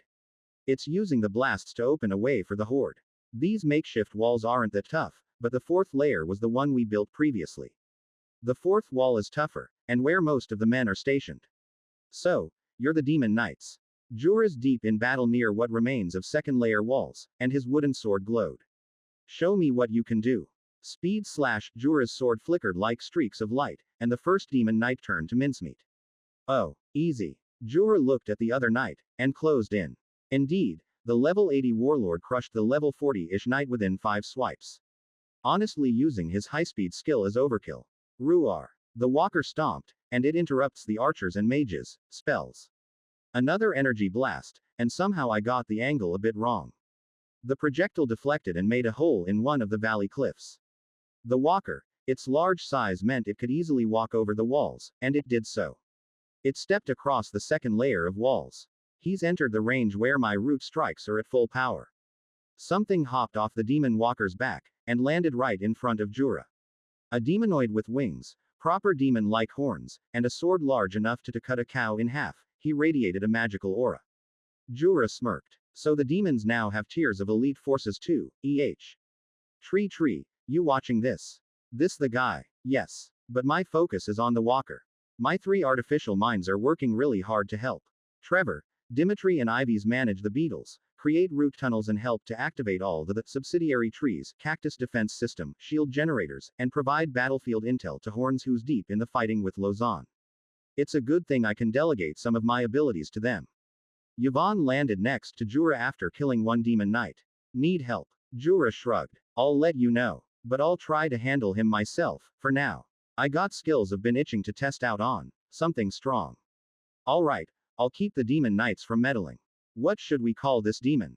Jura looked at Yvonne, and the demon elite looked quizzically back at them. Its large sword glowed red, and then black. A black flame emerged from it. Demon fire. Again. How nostalgic. The walker stepped closer. A bit more. I just needed its entire massive body entirely within range. Most of the horde of soldier demonoids crossed the second layer of defenses. Those makeshift walls really don't last very long, but it served the purpose. For TreeTree, Horns mentally shouted. Battle beetles. Let's go. There's no new beetle type, it's just a name Horns came up with. It's punny, he says. Wisps say their personalities take after an aspect of their creators, so I think Horns inherited a punny part of me. Beetles streamed out of the tunnels under the second and third layer of walls, charging into the mass of demonoids from both sides, and the entire area turns into a massive brawl. Strangely, despite the chaos of the brawl, all the demons had the sense to avoid the demon elite and Jura, both in intense, rather high-speed combat. The demon elite or general could fly, but at that distance, neither could really hurt each other. It seemed that the demon elite wasn't much of a spellcaster, so they went into a full melee. Jura ducked, dodged, and sidestepped the demon elite's large bastard sword repeatedly, often narrowly avoiding mini explosions from the sword blast. Demon General's a better name. Jura's sword cut the demon general's wings, but the wings regenerated. It roared in response, its mouth shot out a mini projectile at Jura. And screw this. Bamboo generated a massive wooden shield in front of Jura. The wooden shield disintegrated, but it seemed like the demon general didn't have that many uses of that projectile, since it went back into melee. Right above, the demon walker stepped even closer. Its feet now crossed over the third layer walls easily. It roared again. This time the energy blast is aimed right at the forest, right at me. It can sense our presence, Master. Trevor commented. It knows of the magical energies you are radiating. In my mind, I don't think so. Steelwood Barrier X5. Thank goodness I seem to have more than few hundred uses of these shield skills per day. Multiple large wooden barriers once again appeared to block the energy blast. 4 barriers disintegrated, but the last one held. Well, what do you know? My shields at this distance can stop that blast. Below it, the beetles and the demonoids fight it out in a massive brawl. The militia and the Order's soldiers keep up the volley of arrows, but in such state, there's quite a bit of friendly fire. The beetle's large size don't help. The walker roared again, and the spires on its back glowed red, another spire glowed purple. Once that started, the demonoids glowed red too, and they went into a kind of battle frenzy, and the damage suffered by the demonoids seemingly regenerated. Oh, that castle's an aura machine. I mentally smack myself. Of course, the castle imparts passive buffs, like me. The spires started to shoot out smaller, less powerful energy blasts. And it's equipped with laser turrets. Alexis looked in amazement. It's a walking laser tank. For me, those glowing red spires reminded me of the obelisk of light. The blood rituals don't look so bad now. I sighed. To be fair, without the walker, I'd defeat the 40,000, even 60,000 demonoids without a problem. 10,000 beetles would have taken out 20,000 demonoids, easy. Clearly, for regular humans without special anti-demon skills and weapons, they would need to gather a large group of high-level individuals. At least multiple level 80s. It really makes my multiplier against demons a great advantage. Madeus, together with the mages of New Freaka, changed their targets to the giant walker, since it's hard to avoid friendly fire with the beetles fighting literally in the trenches. Lausanne's doing fine. She's got a whip-like weapon that seems to cut through the demons like they are made of paper, and only against the knights that she needed help from the beetles. We've got them held up at the third layer. One of the captains said. Well, the fourth layer is the last layer of walls, and after that it's New Freaka's own town walls or the forest itself. I'm not keen on letting the walker anywhere near the forest, since the treefolk's village is between me and them. The walker stepped, and kicked the third layer's walls with its large feet. Oh, I kind of forgot that it could just hit things instead of using the energy blast. And it kicked again, and that segment of the walls crumbled. Most of the men had retreated to the fourth layer. It's mostly just ranged combat, except for beetles. Some of the soldier elites also tried to fight the demonoids. By now, the demonoids thinned to about 30,000, and I've lost about half of my beetles. Some's losses on the soldiers are the Order, mostly from the walker. But it looks like they will have to bear some more. The walker stepped through the crumbled sections. It kicked the fourth layer walls with incredible force, and then, strangely, walked past the fourth layer of walls. It walked towards me, as if it knows I'm there. Waiting. Oh, it dares to approach TreeTree. Alexis grinned. Even though TreeTree has anti-demon powers. It roared. My wooden shields blocked the energy blast. Good. Come. Get as close as you need to. So I can shove all the roots I have through your body. Let's see whether there's going to be any collateral damage. Have the tree folks evacuated? Let me check. Yes. Trevor said. Most of them are now in the designated, safe houses. Those that can fight are on the fourth wall, and some back at New Freeka's town walls. The demonoid army's still behind it, caught up in the brawl with the beetles. Though some are trickling past the third wall. Jura and the demon general fought toe-to-toe, as Yvonne focused on fighting the other demon knights that tried to come to the demon general's aid. Jura still has an edge, but if there's two of them, he'll be in trouble. He took a few hits, but thankfully the armor bore the brunt of it. Yvonne, on the other hand, focused on the other demon knights. At first Yvonne wanted to help, but her own level is only about 60, so she changed her targets. Jura and the demon general traded blows. The demon general leapt high up, half of its wings torn from an earlier well-placed slash. Its large bastard sword cracked, and a massive wooden fist punched it right in the body. It staggered back, and Jura changed weapon, again. The wooden swords don't last long, but he has a whole lot stored. So, any tricks? Jura's body is surrounded by bamboo's wood armor, and its flexible form means it's also a weapon. Or are you just faster, stronger, and hit a whole lot harder? The demon general staggered, even with the aura effects from the demon spires. There's 3 wooden spears lodged in its body. The wooden spears are enchanted with holy magic and made from TreeTree's anti-demon wooden stakes. Its enchantment meant it drained some demonic energy out of the demon general. Well, time to end this. Speed slash. A flash of light, and the demon general's body was cut in half, then it disintegrated. Just a faster, stronger demon knight. I'd be worried if they start having actual skills. Jura did a fist, and then he realized there's still a whole lot of demons to fight. Good, I'm going to be fighting the demon walker now. Is this how Godzilla looks like? It's massive. Mila looked in amazement. Are we going to have a monster fight now? Tree versus demon walker. Size-wise, it is larger than the earlier demon champions. But it feels like maybe it's not as strong. Or maybe there's some trade-off. It certainly doesn't feel as threatening, despite its enormous size. A demon champion. I've long awaited this day. The special anti-demon bolts are ready. I've gained 20 levels and many skills since I last fought the demon champions 8 years ago, and I have more hero fragments too. I have prepared for this moment, with skills and items. I believe I can take it, and now, to see whether I can. The giant demon walked, and now it's on the very edges of my forest. And that's as far as I'm going to let it go. A wall of wood shields appear in front of it. You shall not pass. Alexis shouted. Mila did a facepalm. That's lame. Super anti-demon root strikes x5. All tipped with the specially made demon bolts. 1 root strike for one of those giant legs. The roots shoot out of the ground. A dense energy surrounds each of the bolts and the edge. And it exploded right on the legs. The demon walker roared, and this time, it shot out a few energy blasts. I blocked 3 of them, but the 4th one left leveled a patch of forests, and destroyed a section of the treefolk's village. Still, I'm happy. The root strikes did what I expected it to do. It stopped walking, as large chunks were taken out of its 5 legs. It looked unsteady, as if it's going to crumble on its own weight. But it didn't. It roared again. This time it turned its head. It's not aimed at me, but at the 4th layer walls. Shit. I created the wood shields in the wrong place, and the blast vaporized a large chunk of the 4th layer walls. Some of the beetles and soldiers there were killed. TreeTree. Don't let it shoot at us. Jura shouted. Some of the men were buried under the rubble. Hey, all it can do now is shoot. The spires on its back glowed and shot out red beams, and it set a portion of the forest on fire. Its large head roared again, and blasted 1 more energy blast. My wooden shields caught the shot, but still, the impact caused the space right before the shield to burst into flames. Constrict, using vines, I attempt to force the head to aim only at me. Super anti-demon root strike x5.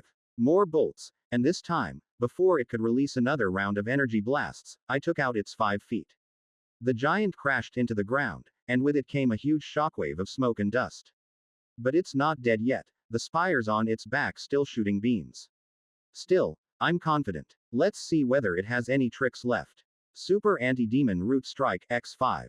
More bolts. I have about 90 bolts left, and have many more super root strikes to go. It struggled. It roared again, and more energy blasts. This time, I think it used a special attack, because it blasted through all of the defensive shields I had, and then blew up 3 subsidiary trees, and then the energy blast smacked right into my main body. And I felt a chunk of my bark fall off. Oh, I'm still alive. Thank goodness for all the fragments. Well, let's retaliate. Super Anti-Demon Root Strike X10. The hard shell around the main body shattered on impact, and a few of my roots struck whatever's inside. I think I hit something important. The ground shook, like something exploded inside of its body. Its head roared again, charging another energy blast. This time, because of the poor angle, the shot went wide and flew into the sky. No chances. I shot out another 10 Super Anti-Demon Root Strike aimed at the giant head. It cracked, and then the entire head crumbled. The spires of the castle collapsed. A humanoid giant appeared in its place. Its body is half-hexed, as if the demon flesh is rotting, and each step, chunks of it fall off, as if it's melting. If this is what the hex bomb does, it feels like the future's gonna be quite grim. The giant humanoid demon stepped forward, and more parts fall off. Yet, I see it struggling, as it attempted to regenerate the destroyed parts. It's an ongoing battle between the demon's regeneration and the corruption of the hex bomb. It's a demon, and there's no time for caution. Super Anti-Demon Root Strike X2. 2 roots shoots out of the ground, and impaled the giant through its chest and what I suspect is the head. Seriously, a humanoid demon. And then it disintegrated, along with the rest of the demon walker body. Is that it? The walker is down. The walker is down. Alexis shouted and clapped her spirit-like hands. I mentally made a fist bump. I've finally reached the point where I can take on a champion by myself. As the body disintegrated, the aura from the spires faded too. The elves, centaurs, tree folks and beetles who were busy fighting the regular demonoids, suddenly found their opponents become far weaker than they originally were. The energy that was resisting and offsetting my lesser demonic suppression gone, and now, they felt the full effect of the aura. What's left of the 20,000 or so weakened humanoid demons fell to the might of the remaining forces. Or skewered in the flood of root strikes that followed. Level up. You are now level 137. Plus 5 levels. Skill acquired. Healing aura. Skill upgraded. Subsidiary trees 15,000. Subsidiary trees gains a share of main body's environmental adaptations and auras. Only applies to subsidiary trees within 100 kilometers of main tree. Skill upgraded. Woodcrafting. Skill upgraded. Steelwood barrier. Skill upgraded. Root tunnels. Chapter 55. Post-battle assessment. Year 81 Month 6 continued. We lived. Yvonne sat. I thought that was not the hardest battle I've been in. Jura tapped her shoulder. We still got work to do. He pointed to the many injured soldiers, and the dead. The energy blasts from the demon walker still killed many, and there was a portion of New Freaka that's blasted wide open. A whole load of repairs to be done. But, the demon walker was defeated. We deserve a celebration. The captain said. Jura smiled. Perhaps. Though I would give credit to TreeTree's exceptional anti-demon weapons. The demon general would have lasted a lot longer without his demon-draining weapons. But you would still win. Jura just smiled and looked at a young girl running over, her short hair fluttering. Lozan ran. She's covered in dirt, blood, and a whole load of demonic shards.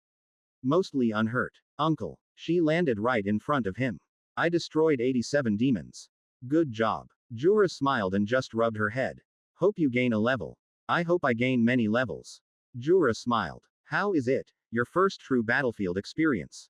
Oh, it is a lot less bloody and messy than my dreams.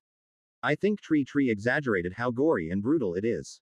TreeTree been giving you gory war dreams, Jura frowned a little. Using the essences, and my own memories of wars, I could somewhat mold the general direction and types of dreams Lozan gets. I honestly don't know what exactly happens in the dreams. Dream Tutor is kinda like a random map generator where I put in the parameters, ingredients, and things just happen. Yeah, I told him I wanted to feel like. Lozan then paused. Oops. Yvonne frowned too. I better check what dreams the other kids are getting. It's not good to have visions of death and destruction at that age. What? I need to start parental guidances for dreams now. Lozan shook her head. TreeTree is just helping, so that I know what to do when it's the real thing. Jura sighed. Anyway, not a good time to argue avoid it. Let's get the wounded to the healers, those seriously wounded to the biopods, and the dead back to the morgue. There's a lot of wounded and dead soldiers, despite my interference. About 800 soldiers, and close to 7,000 beetles still died in the fight against the demons, the soldier deaths mostly from the demon knights. But then, my new healing aura kicked in, and for the injured, their wounds begin to heal, even before the healers get to them. And my new aura even improves the effect of healing. New skill? Jura asked, noticing the unusually quick recover of his own cuts and wounds, and those injured suddenly finding their strength returning to them. Yup. The mood all round is mixed, but getting better. Some groups are upset and mourn the death of their comrades. Some are just incredibly amazed that they survived a battle against a towering giant, and of those that survived, a lot of the soldiers would gain levels from this battle. The citizens also got the signal to leave their respective bunkers and hideouts, and there is a big blast that wrecked a portion of the city. I also had to get the mages to help put out the fires, since I don't have my own water magic. Beetles closed in on what remains of the demon walker.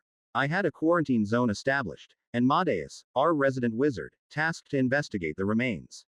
There's a massive rubble where the main body of the walker collapsed, and most of the demon walker's body disintegrated into nothingness. There are still some remains. The rotting thing that is the hex. Like a sludge, it now pooled on the ground. Eon, can you see this? Madeus poked it with his wooden stick. It kinda latched on, like a slimy thing. Madeus likes to refer to me as Eon, since he feels it's inappropriate to refer to me as TreeTree. He poked it. It's not exactly a slime, but it sure radiated a kind of energy. I don't feel too good being so close. Then stay away. Inspection. A hex, made from the sacrifice of souls. Doesn't tell much. Can you do anything about it? Madeus tried to use some spells, the hex kind of just stayed there. It didn't react to it. Can you blast it to smithereens or something? Nope. Madeus did a fireball. Hex remained. It's not exactly destroyable. It kinda just gets splattered. So, we just leave it there. I ask. This is new to me. Madeus looked at his staff. The hex damaged the wood somewhat, a section that came in contact with the hex rots. Yeah, I think it's best we just seal off this area, and let the hex dissipate naturally. I'm not sure whether I should get near the hex, though. Alexis's nuclear description somehow made me suspicious that this hex might be radioactive residue. But I have to know for sure. Can you take a very small sample? Just 1 cup. Oh, okay. I had one of the beetles carry the small wooden container. The almost black hex slime seemed to have a purple glow, and really, Alexis took a glance at it, shook her head. Disgusting. As a precaution, I created a biolab some distance away, such that, if anything happened, such as rotting, I could cut off the biolab and I don't suffer the consequences. This hex thing, it's created from sacrifices, I asked. Yeah, blood magic's quite special in the sense that it powers itself, and lasts really long. But of course, the cost of it is, usually someone's life. It's common in the countries with extensive slavery some time ago, but its practice and use has dwindled as the constant use of slaves is unsustainable, and there's often a great deal of backlash from blood magic, such as the spellcasters suffering nightmares or perpetual hauntings. Alexis went into full nerdy magic mode. Even Madeus didn't know that much, but it seems Alexis was a mage, and she did somehow manage to read such things. It's just bad. Mila frowned her wooden eyebrows. I think they look like little stems from a flower. She's got an actual flower on her head now. She says it helps in the whole hospitality business thing. According to our modern sensibilities. Alexis frowned. But blood magic is primordial. I recall meeting a shaman on one of the islands we visited, and they used to sacrifice goats and cows to the gods, and they say they've been doing for ages. Kind of like our ancient civilizations, Mila. Which one? Most of the Mesoamerican ones. Even now there's some ritual sacrifices that happen in many cultures. I would think there must be some parallels with how blood magic is in this world. Perhaps, they sacrifice and trade for some godly powers. I take a look at the blackish hex liquid. Godly. Certainly doesn't feel that way, but well, what do I know? How do you plan to investigate it? Biolab. Pour it into your pod and figure it out. Alexis asked. Yeah, it certainly looks a bit organic. Well, yeah, black, hex-like thing. Maybe it's like sludge, from like a petrol spill. But there's a purple glow, so there's clearly some magic to it happening. I decided I needed more time to think about what I'm going to do, so I let the specimen sit on a little storage container in that lone biolab in a corner of the valley. Year 81 Month 7. After a brief status check, New Freaka emerged mostly unharmed. The site of where the hex sludge, left behind by the massive demon walker, by order of the council and order, is to be quarantined. So it is now surrounded by walls and guarded by beetles. If reports are true, they will spawn monsters, though so far, I've not seen any. The sludge kind of just pooled together into a large blackish pool, and it seems they are somewhat magically intertwined, like magnets, that they will naturally merge into one interconnected body. Not that anyone wants to get near it. It seems Madeus said he felt sick for a few days, and I had to check on him. It's not a bodily sickness, or maybe if it is, it's not something that healing aura or my powers do offset. It really does give credence to the whole radiation theory that Alexis has, but the idea of doing nuclear fusion or fission with souls just boggles my mind. I think the tree of prayer does relieve the symptoms a bit. I think it's all the negative energy from the blood sacrifice. Madeus theorized. Again, something worth investigating. Or maybe it could just be additional placebo from the calming effects of the tree of prayer. On the political front, the defeat of the demon walker was significant, and greatly boosted the order's standing. Jura is now viewed as a hero, and the soldiers, even those from the council, now view Jura as a respectful, good man, because he fought on the front lines, unlike the council who hid, or fled. That meant the council had to shut up on their anti-order rhetoric, though I suspect this silence is only a temporary one. The euphoria and memories of this battle will fade, and with it, these power-hungry folks will rear their head again, someday. And the news of the victory spread quickly, drawing the attention of the guilds. The Merchant Guild has determined that we are a high-priority safe zone in the region, and they will send a fair bit of resources and manpower here. The Order's treasurer read out the notice. The Guild plans to explore the possibility of establishing a regional trade coordination and cartography center, and also a collection of high-security storage warehouse. Jura clapped his hand. I must confess I don't exactly understand what some of those words are, but sounds like a good thing. The merchants' guilds are essentially like the world's shipping companies, they are the blood vessels that connect the world. So much produce and money changes hands through the guilds, that they often are able to sway kingdoms into fighting wars for them. But I wonder whether this world has protests against banks and corporations. After all, capitalism can be pretty nasty.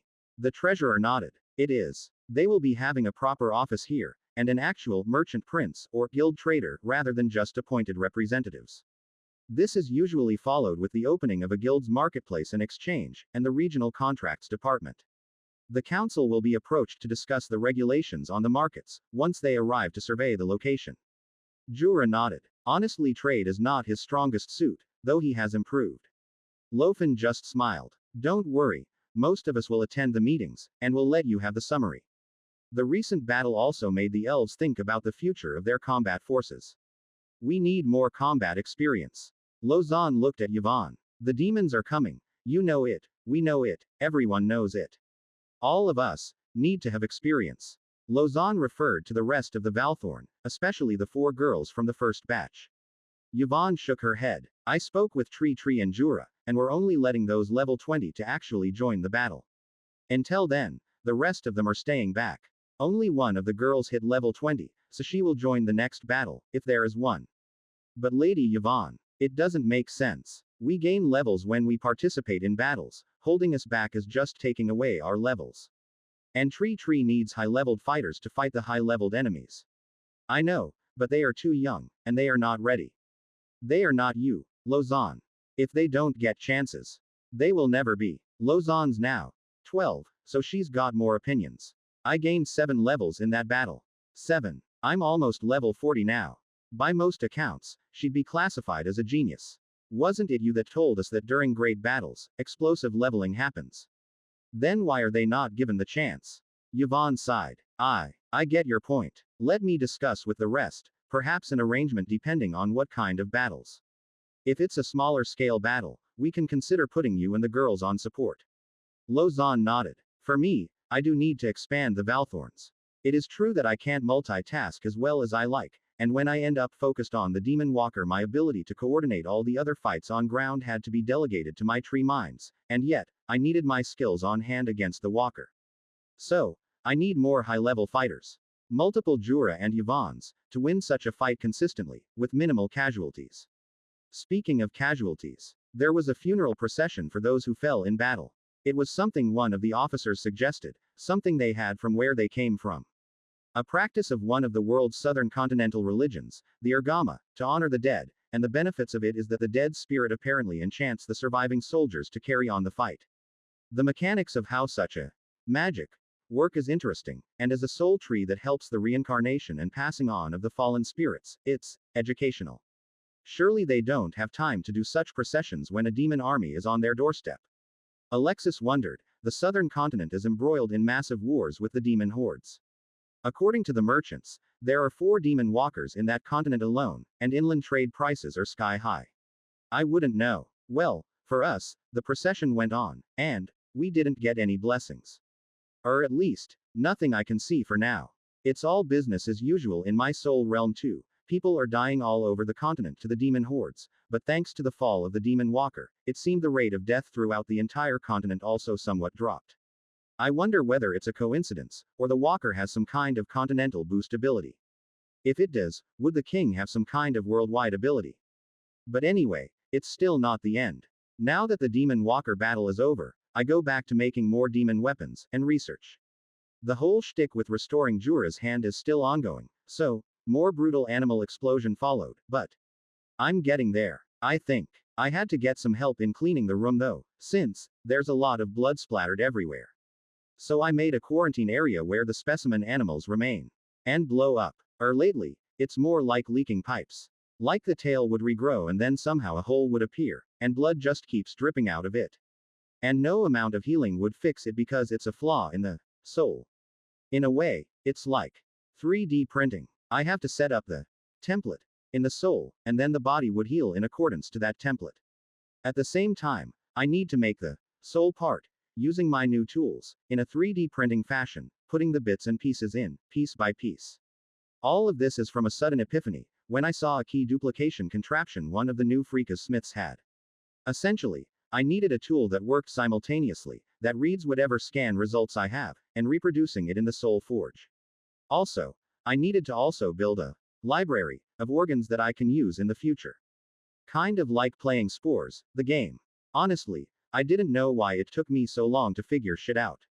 Maybe there's mold in my wooden brain somewhere. Oh, and on research. Where was I? Research status. Beetle. Anti-magma armors stage 4 completed. Metal hyperaccumulator trees. Stage 1 completed. Phytoremediation process.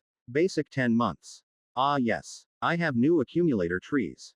These hyperaccumulators function primarily to absorb high levels of metallic content from the contaminated poop ground, which continues to be something of a problem, even if a contained one. But I suppose it's a good time to force the council. We're having the upper hand after the recent victory. The population sees us as the protectors of the valley, and TreeTree's position is close to unassailable. And we want to use that goodwill on sewers. One of the treasurers tried to debate with Jura in the meeting room. Yes, sewers. We need sewers. Why not more seats? Have our own candidates on the council against the other group. Some of the independent-leaning councillors now feel they should lean towards us, given the Order's secure position as the defenders of the valley.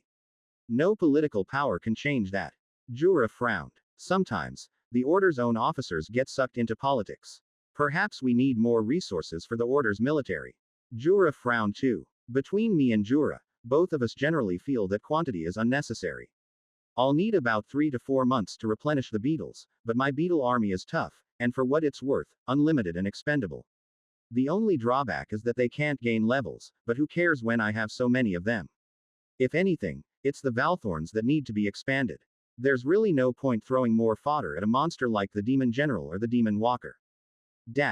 The merchants delivered the gems that provided light and other stuff meant for the hideouts, and it came with an alchemist contraption thing, so I requested for one of each for research, which led to an upgrade for my labs. Biolab upgraded. Centrifuge. Material lab upgraded. Centrifuge. These gems are essentially concentrated light, mana-sensitive rock, and mana that, via some fluke of natural magical forces, formed into a gem.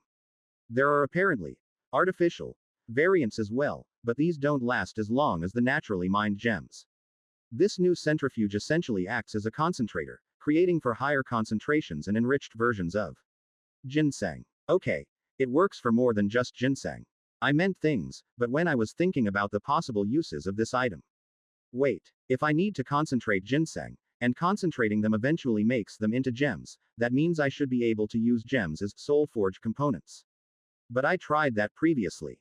When I acquired gemstones, running the ginseng through the centrifuge I got concentrated ginseng. Medium quality, that takes the appearance of a brownish paste, kinda like those kind of funky paste used in exotic oriental massages.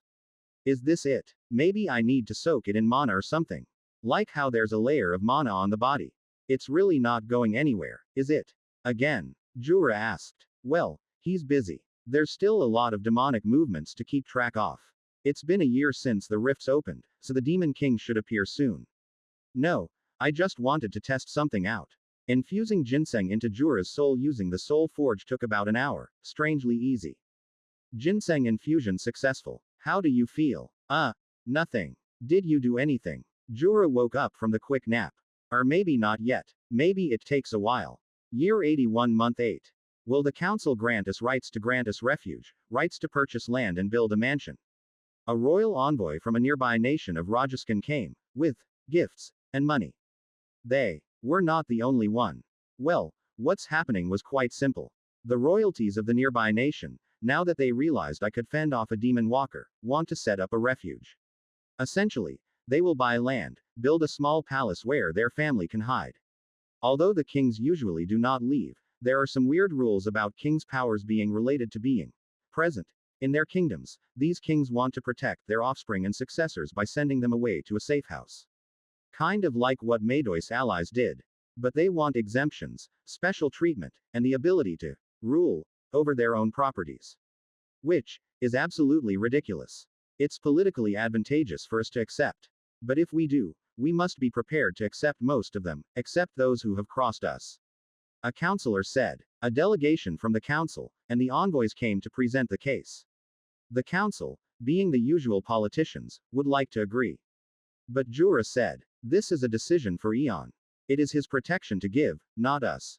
I do not fancy the creation of a royal district where our laws do not apply. The idea that all these runaway princes come to my place and set up little outposts just frankly annoys me. When I imagine all these stuck-up royals treating this little valley of mine as their summer palace, I just feel disgusted. No. They may come as regular guests, but they will be treated in the same manner as any other refugee in this valley. If the council wishes to extend any privileged treatment to them, let them know that I will not recognize that privilege, and if I so desire, I will not hesitate to crush them. In this valley, they are ordinary souls, like anyone else. The councilors froze. But, Council Jura, surely Eon can recognize the value these royals can bring. Jura shrugged. I'm afraid the tree spirit is very firm about not giving royals any privileged treatment. And if I may add, accepting royals and granting them special treatment contradicts why New Freaka exists. Do you guys really want to put up with the whims of royalty all over again? Do you not forget that it is royal conflicts that brought all of you here? They can still come, should the demons ever threaten their lands, but they will be like any other refugee. One of the counselors stared at Jura. The tree spirit has no concept of royalty, isn't it? Jura nodded. He is aware of it, but he does not intend to recognize their power in this valley. 3 of the envoys, from 3 kingdoms were present. Surely there is something that our kingdoms may provide, to sway the tree spirit's view. It is one of the order's head priests who responded. Eon's protection is a blessing, and one cannot haggle or bargain one's blessing, even if you are royalty. Accept, or do not. When you stand before a local deity, what is a royal? I mentally cheered for the priest. Good comeback. I'm a bit embarrassed that they think I'm some kind of deity, but I'm too far into that whole religious shtick to bother correcting it now. And if I gain even more levels, I guess a deity isn't too far off anyway. The envoys frowned. One of the envoys, the one from Rajasthan, then said, it's a shame that the tree spirit of this valley rejects our king's offer. I will relay the message and I fear he will not be pleased. I told Jura then, is that a threat? I don't like receiving threats. Of course, the envoys couldn't hear this. Jura smiled at the envoy. I am afraid your king must get used to it. Eon's under no obligation to obey a king's demands. What more one of another nation? And Eon doesn't not even heed the views of his council. The envoy retorted. Eon was here before the council was born, and he may remove the council should he so pleases. Jura smiled, but it was the creepy kind of smile, and the room's air suddenly felt heavy. A warlord's skill, heavyweight presence. He looked at the councillors, and the councillors somehow all took 2 steps back. The envoy, too, took a step back. Then, he took a deep breath, and sighed. I see. But surely, we can still purchase property in New Freaka. You may, but your property will be subject to all of New Freaka's rules and regulations. There will be no exemptions. In short, you will be like any other wealthy merchant who invests in a property in New Freaka. And know this, you will be watched. The envoys traded glances. They discussed with each other a bit, but then they all decided to leave. But I could still eavesdrop on them as they walk back to their inns. Who does this tree spirit think it is? One envoy said. Our king's adventurers can chop down a tree. But your adventurers cannot slay a demon walker. The envoy for another country said. Or you wouldn't be here. The Rajaskan envoy said. A powerful druid or monster tamer should be able to sway this tree spirit's mind. I wouldn't count on that. Any monster able to slay a demon walker has to be at least level 100, and you won't find many druids or monster tamers willing to even try taming a creature of that level. It's a life or death battle. The Rajaskan envoy nodded. Perhaps. Maybe a heroic artifact could. The 2 other envoys' eyes lit up. Ah. That certainly changes things. Is there such an artifact? The Rajaskan envoy. The Elven kingdoms may still possess Rona's staff. I reckon a level 80 druid wielding that can bend this tree's will. The 2 envoys laughed. And I thought you have such an item. That staff was destroyed long ago. Is it? I had the impression it's what they used to keep the guardian tree of the Elven capital under control. Ha. Don't tell me you believe some of that kind of silly propaganda. It's a myth to maintain the royal family's legitimacy. The envoy frowned. Well, the king won't be pleased with this. I don't know how to go back. Well, we're in the same boat. I bet the king's gonna have my head. He tends to do that when he loses his temper. I'm just going to fake my death. Demons killed me on the journey back. That's going to be my story. The 3 envoys sulked together. Are there seriously no good kings around? Or do they just die because they are too nice? Year 81 Month 9. Another demon walker has been spotted on our continent this month, and strength returned to the demonoid forces throughout the continent. Thankfully, it appeared so far south, nearer to Gila. I guess they can use their newfound sacrificial blood magic powers, and test it out. For us, we still see small packs of roaming demonoids close to our territories, but they are easily crushed by the patrolling beetles. It's a bit annoying that we only free from demon walkers for 3 months, but then again, I'm expecting the demon king within the next 6 months. Can't be helped that the escorts will increase before the main character comes along.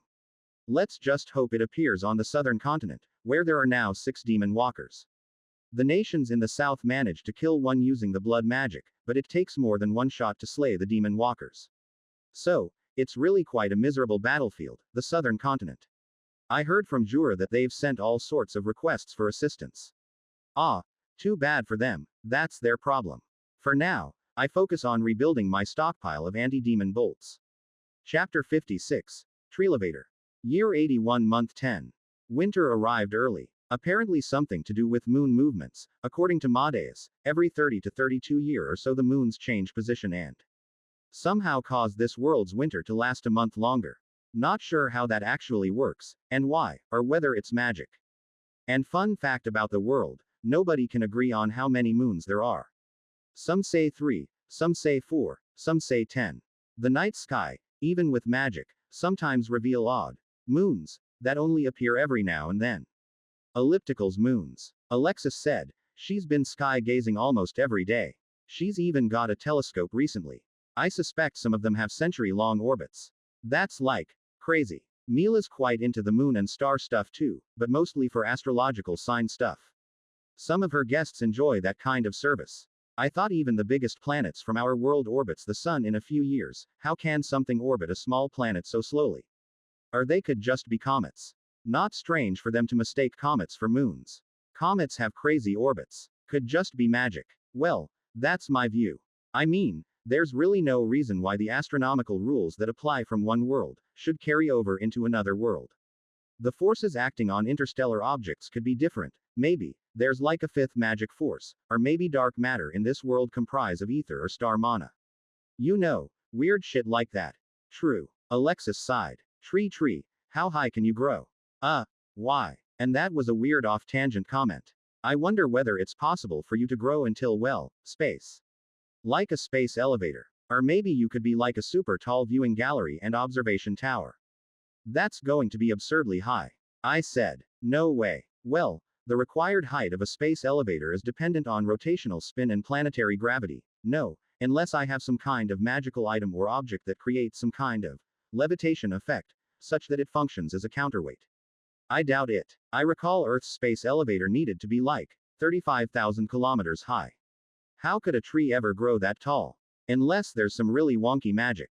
I mean, maybe you could be like magically super strong that you could support the weight. Maybe you could even reach like, what's the word for it? Geostationary orbit. Alexis mused. Or low planet orbit. Mila shook her head. I think you should just think about using magic. Magical rockets, Alexis. Magical rockets and levitation. But why would I even want to grow so tall that I reach space? Is there something to achieve there?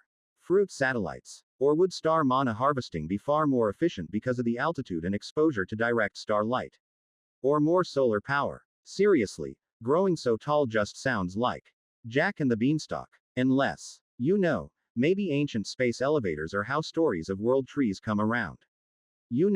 Yggdrasil supposedly connected itself to 9 worlds, and if you imagined a modern, futuristic setting, a tree-shaped space elevator would be the gate to those other worlds.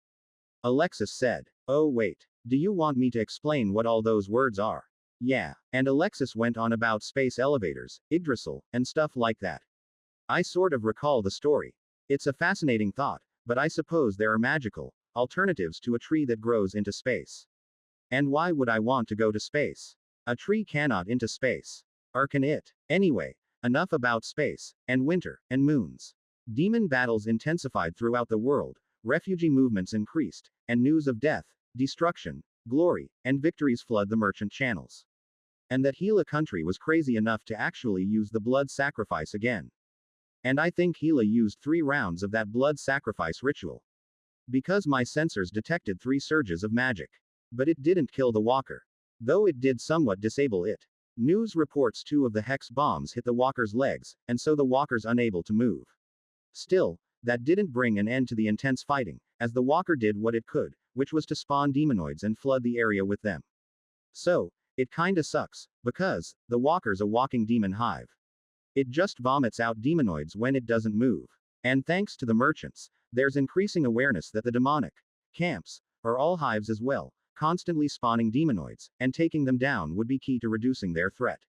I think they are like ants, despite looking like humans. Mila suddenly said, giving a cleaning analogy. How do you kill ants? Wipe out the nests, or the ants will just keep roaming the entire kitchen. Turns out, she's not the only one with that idea. Jura's been asked to support a 5,000 strong force meant to take down a demon fort found in the vicinity of a neighboring kingdom. A coalition force, a common thing during demonic wars. I recall that Lord Rajiv Nung was also part of a coalition force. So, are you going? Yvonne asked. Jura shrugged. I'm not keen, and I told the merchants that my place is here. Joining coalition forces are for youngsters. I'm starting to think you spend too much time with TreeTree, that you're getting his stationary habits. Jura didn't mind the jab. TreeTree's got a point. Staying home's nice, and I've got better things to do. Like practice. Besides, they've got a general, don't they? Or some of the human elites.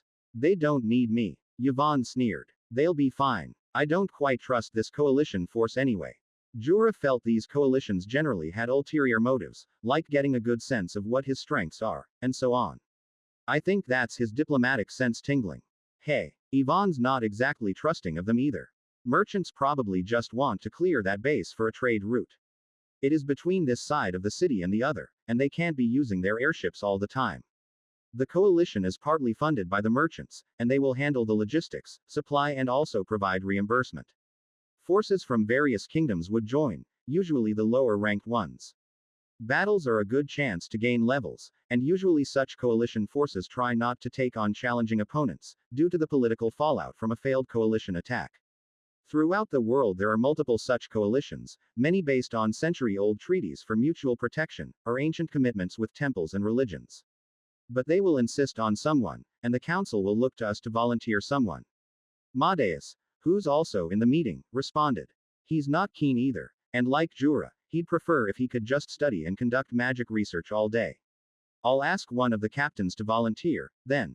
He's about level 40s and should see more battle experience. I'd send Lausanne if she's a few years older. Yvonne shrugged. True, but she's not. So she stays. We have enough demons roaming the countryside as it is. Well, Lausanne and the Valthorns are now attached to a mobile cavalry unit. They ride beetles, in a way, as the Proto-Beetle Knight Squad, travel the countryside and hunt any demon packs that we spot. Helps that I can telepathically communicate with her over the distances, for coordination. A feature of her special familiar contract. Maybe Roma can join if he's a bit older, depending on how long this Demon King lasts. Yvonne shook her head. Roma doesn't seem to have inherited our combat talents. He's more into books. Perhaps a mage. Yvonne's son, Roma, is about 9 now, and he seems to prefer being at home with his books. Her mom struggled to get him to practice with her, and well, there's a bit of resentment between the two. Maybe he needed a father figure. In fact, Roma's relationship with Ares is a whole load better, and Yvonne frequently had to rely on Ares to speak to Roma. Jura nodded. It's between her and her son, not for us to intervene. Ah, never mind. Yvonne diverted the subject. I hope the girls come back safely. Lausanne lead 4 of the girls, together with a group of 100 beetles. They're headed for a 100-strong demonic raiding force. They should win relatively easily, and Horns is close behind with a force of another 100 beetles. Even though New Freeka's territory is small, my subsidiary tree network stretches far, thanks to my prior expansions, and with my newfound aura-sharing skills, the subsidiary tree network functions like defensive lines, a place where the intercepting troops can return, should the battle turns bad. Gradually, I am extending this network of trees further. They are, after all, a great early warning system. Trees have eyes, you know. Year 81, month 11.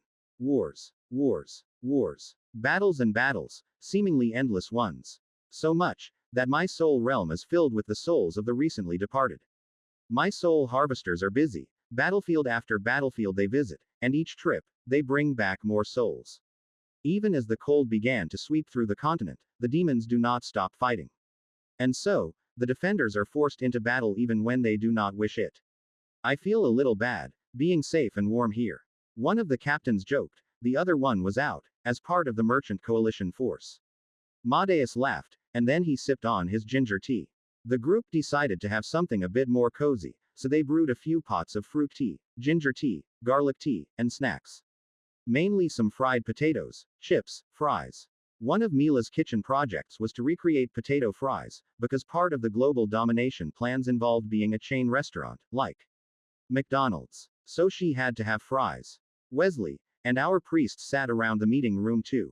Don't jinx us. Appreciate that we can still huddle around in such comfort, even when there's a demon walker around. Mila's happily playing the caterer. Apparently serving food contributes to her levels as a hotel tree. Jura, Lofen and Lausanne also ate the snacks. Yeah, never know when the good times come to an end. There's a nod of agreement throughout the room. I wonder whether they feel it. That the Demon King is coming. I certainly think I can. The strange twitches to my star mana leaves. The unusual fluctuations there. I'm just missing good chili sauce to go with my fries. Or ketchup, for that matter. Mila whined to both me and Alexis. I need to get chilies and tomatoes. Mila clearly's more focused on unlocking new recipes for her restaurant. I'm starting to think she's playing Hotel Tycoon or Overcooked, since the whole Demon King thing is really just a distraction for her. The council's of the view that we should be building more walls, and have the sewer project modified. One of the treasurers speak to the group. Even though it's cozy, it's still a Valtrian order meeting. 4 layers of walls is insufficient. Well, they thought that some of the collateral damage could be minimized, and we do have the capacity to add walls. As for the sewer project, they're now thinking of adding bunkers and hideouts to double its function as a safe zone from the demons. Should we oppose such a motion? Jura shook his head. I think it's fine. It's aligned to what we wanted, and the city should be allowed to protect itself. But it should be funded by the council, not from the order. Most of the other meeting attendees nodded. Then went back to eating. Any other business? Jura asked. Most of them had just completed regular updates and reports. Discussions on the demonic forces take up about half the time, due to the far-reaching implications of the demons on trade, funding, military and infrastructure. The Demon King, according to whispers among the temples, will arrive within the next 3 months. A priest said. In my mind, well, that's what I think too. This meant the temples may have some kind of star mana equipment. How reliable is this prediction? Jura leaned forward. And even if so, what can we do about it? One of the captains, I believe the best thing to do, counsel, is to just keep watch. You are right to say that we have no way to stop whatever the Demon King does.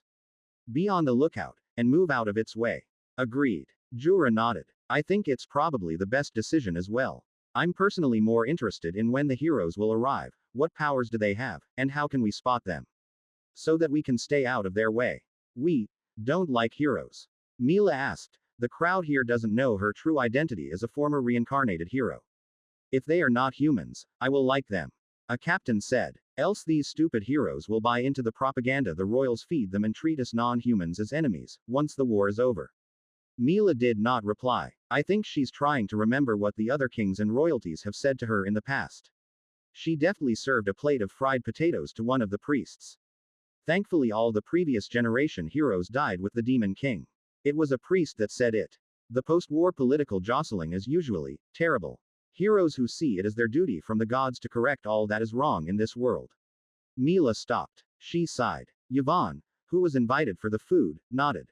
Indeed. We should do our best not to offend them. We stick out, with our presence as a non-human nation in this region. But let's hope the gods spread out the heroes a bit, and that some of them are non-humans. If that's the case, the heroes will balance each other out. Or maybe all of them die to the Demon King. Mila sagged a little. Never mind. Never mind. Let's just wait and see what happens. Jura munched on a piece of bread. Year 81 month 12. The Houghton Druids responded that the meetup with the other tree spirits will be delayed because of the demons. Their efforts are dedicated to defending their areas against the demons. Ah well, I didn't expect much from these druids anyway. I intended to reach out to these tree spirits without their intermediation anyway. I certainly would prefer to have discussions without the eavesdropping of others. Somehow, I have a gut feeling that there will be things only we, tree spirits, should know. Or should I say root feeling? What would be a plant equivalent of gut anyway? After my recent level gains, and my recent subsidiary tree numbers, I might have just enough to extend one long chain to the giant lilipod city, but I would have to give up all the other subsidiary trees around, and that would leave the valley defenseless and without its early warning system. I'll wait for my next subsidiary tree upgrade then. Or maybe, I can extend halfway there and see whether I gain levels killing the demons I encounter along the way. But giant lilipod city is way down south of my continent. Even past that Gila country where the legless demon walker is. Decisions. Chapter 57. Telecommunications. Year 82 month 1. A new year, but same old threats. The demons found the volcano, and now we fight a three-way battle. The native golems, the demonic forces who seem to be interested in the same mana source in the volcano, and my beetles. This to me, is sufficient confirmation that the demons are looking for mana-rich sources, and so maybe they will look to my 3 trees of mana soon. Without the walkers, it isn't that difficult to defend these 2 locations, but I am having some trouble with the demon knights, so I do need to deploy horns, Lausanne, and the Valthorns. I mean, I could root strike the knights, and I do every now and then, to delay and postpone the battle until I can get Lausanne and gang into battle. The reasoning is really simple. I'm way too high level that defeating the knights is really quite pitiful for my experience gain, even with my overpowered experience gain. It's far more fruitful to save mobs of this level to Lausanne and the budding initiates, such that they get to a level where they can be of some use against the demons. At first, they were excited. But after 1 full month of constant battles throughout the volcanic area against the demons, Lausanne and the initiates are beginning to realize the enormity of the task. Wars are not nice. One of the young initiates, she's 8, as she sat next to Lausanne at a campsite. She sipped on a small wooden flask containing a kind of healing fluid. There's a few subsidiary trees here so they benefit from my healing aura, and demonic suppression aura, so it's a relatively good campsite. One of the captains, who came along nodded. Good that you realize that when you're young. It's not a nice feeling going out to fight, and realizing you might not come back. We're lucky that our tree spirit watches over us, in this area. The volcanic area's outer area is mostly conquered by my subsidiary trees by now, effectively forming a ring of trees to block out the demons. I call it the Volcano treeline.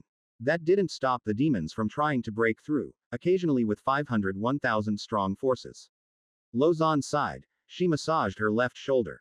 A wooden vine surrounded her, an effect of the special tree familiar. She's level 42 from a whole month of demon fighting, most of it from taking on a few demon knights.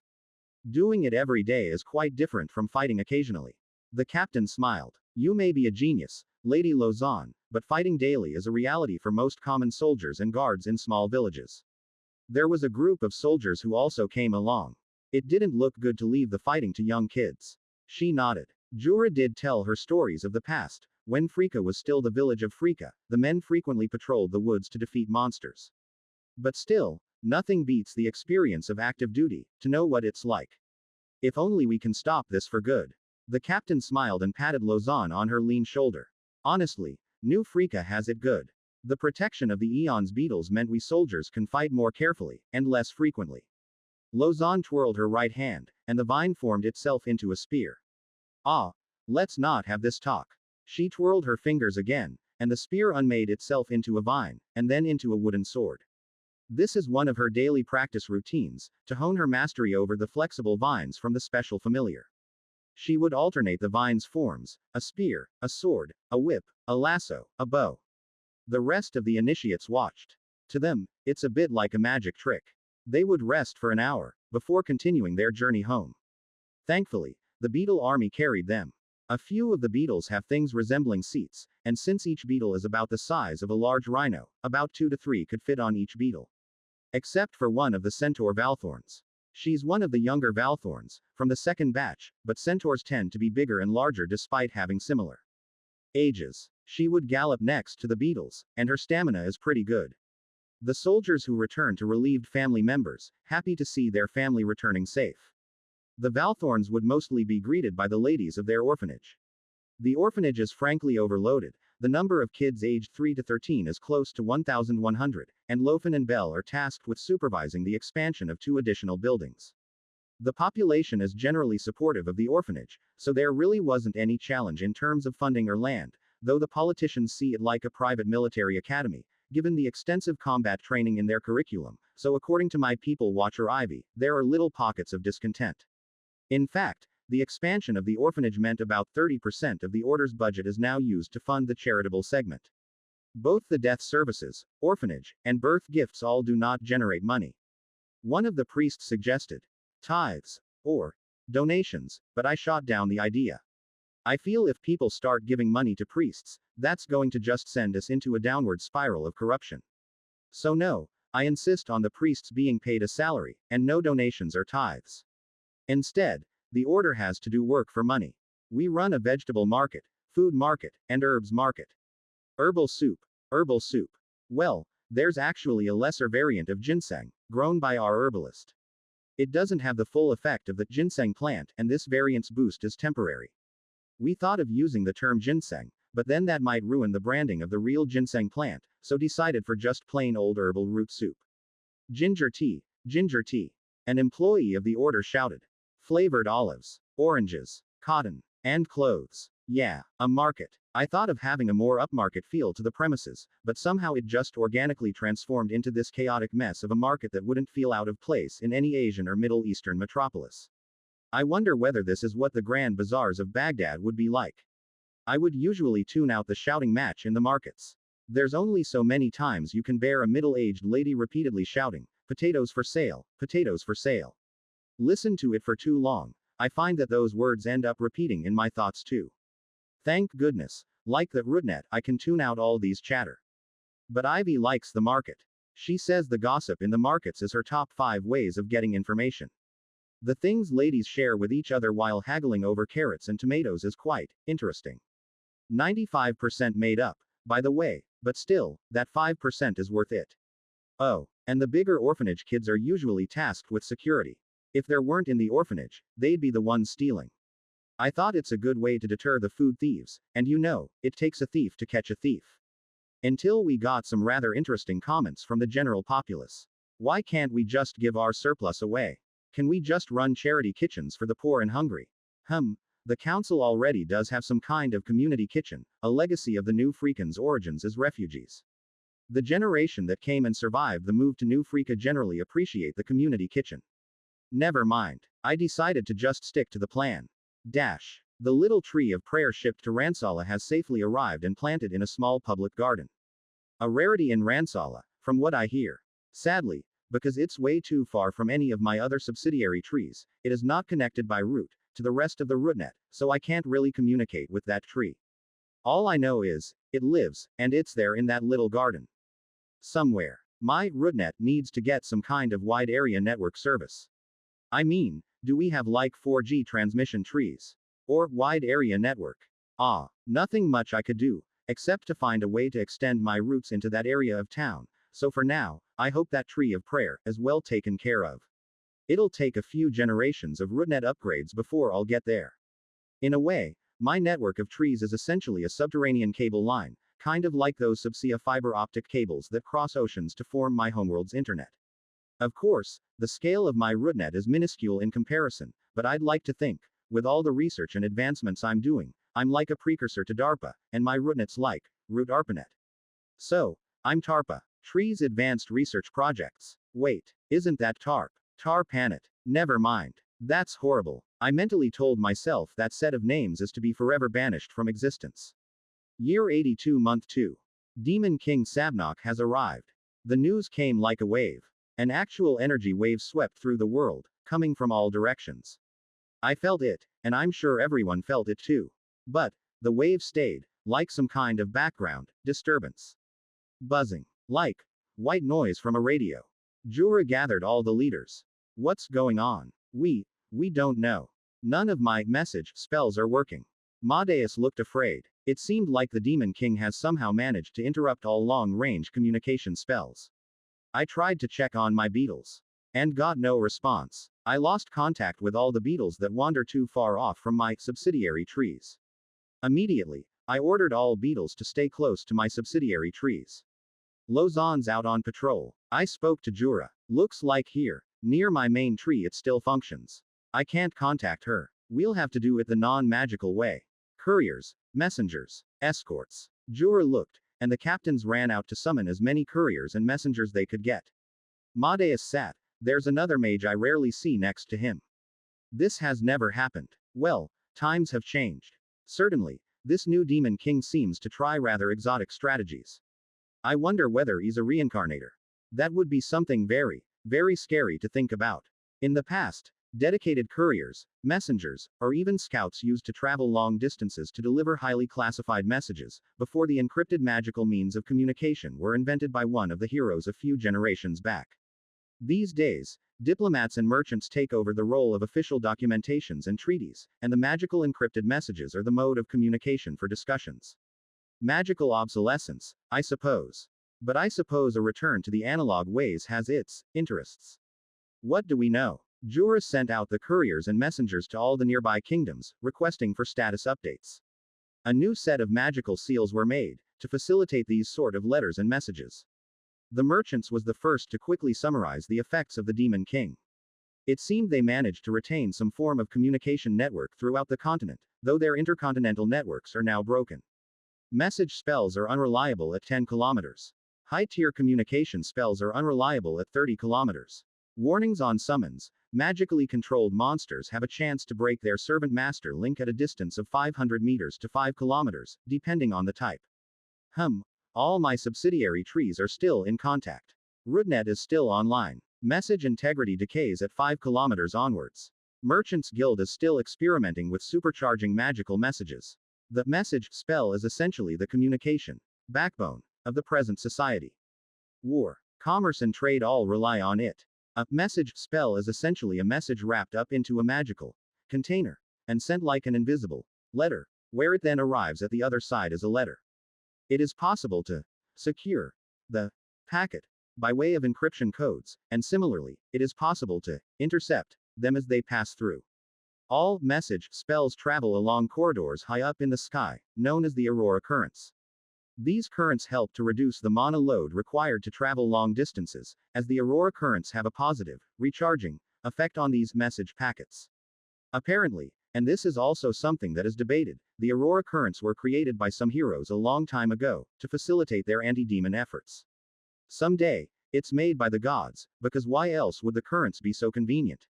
It boggles the mind that a supposedly natural phenomenon can be exploited to function as a global airborne message superhighway. A mage learning how to use message learns about the world's magical currents and sends the coordinates along the packets. The way I understood it, as Madeus explained it, is that the message network is essentially like a collection of email servers with some snail mail features. For example, a mage who wants to send a message from New Freaka to say Ransala must know which current, node, and subnode, kind of like a traditional country-state-city hierarchy common in addresses and old-school mailing systems. The message packet itself is then wrapped with some identifiers and locators, so that it can locate the intended receiver. Or what most nations have, is a magical artifact that acts as an anchor to receive the messages, sort of like a post box. But now, this network is unusable. The chaos is perhaps similar to what happens when the internet went out. Learning the intricacies of the message system works, only when the system goes down, is like how people start to study the intricacies of how planes work after a flight crash occurred. A little too late. Merchants especially scrambled to find alternatives to their usual sources. Trading prices for certain goods started to fluctuate, because the merchant's ability to obtain market price information from other cities is now gone, and a merchant's willingness to purchase local goods dropped significantly, because he's unable to guarantee his own ability to make a profit by locking in another deal in some other part of the world. How about scrying and remote viewing? I observed the mages in New Freaka's Mage Guild, in a discussion with the local merchants. Thankfully, this newfound magical interference from the Demon King didn't affect my ability to see my own trees, and I believe my own energies are repelling that interference somewhat. It really brings back memories. The guys banging on our IT admin's tables, demanding to know why are the payment systems down, and how soon we can fix it. Doesn't work either, and we do not have mages who focus on such spells. Then what works? I've got a warehouse full of goods, and I can't find out where to send them, or whether the route is even safe. There's got to be something. I'm afraid the best chance, at this point, is a messenger. The mage tried to placate the angry merchant. That's too slow. We're still trying. Over at the military side, Jura attended a meeting with the New Freaka Council, together with a lot of military guys. A strategist under the council's employ was present to give a quick briefing on the situation. 1. Our ability to coordinate our military with our allies is now significantly reduced.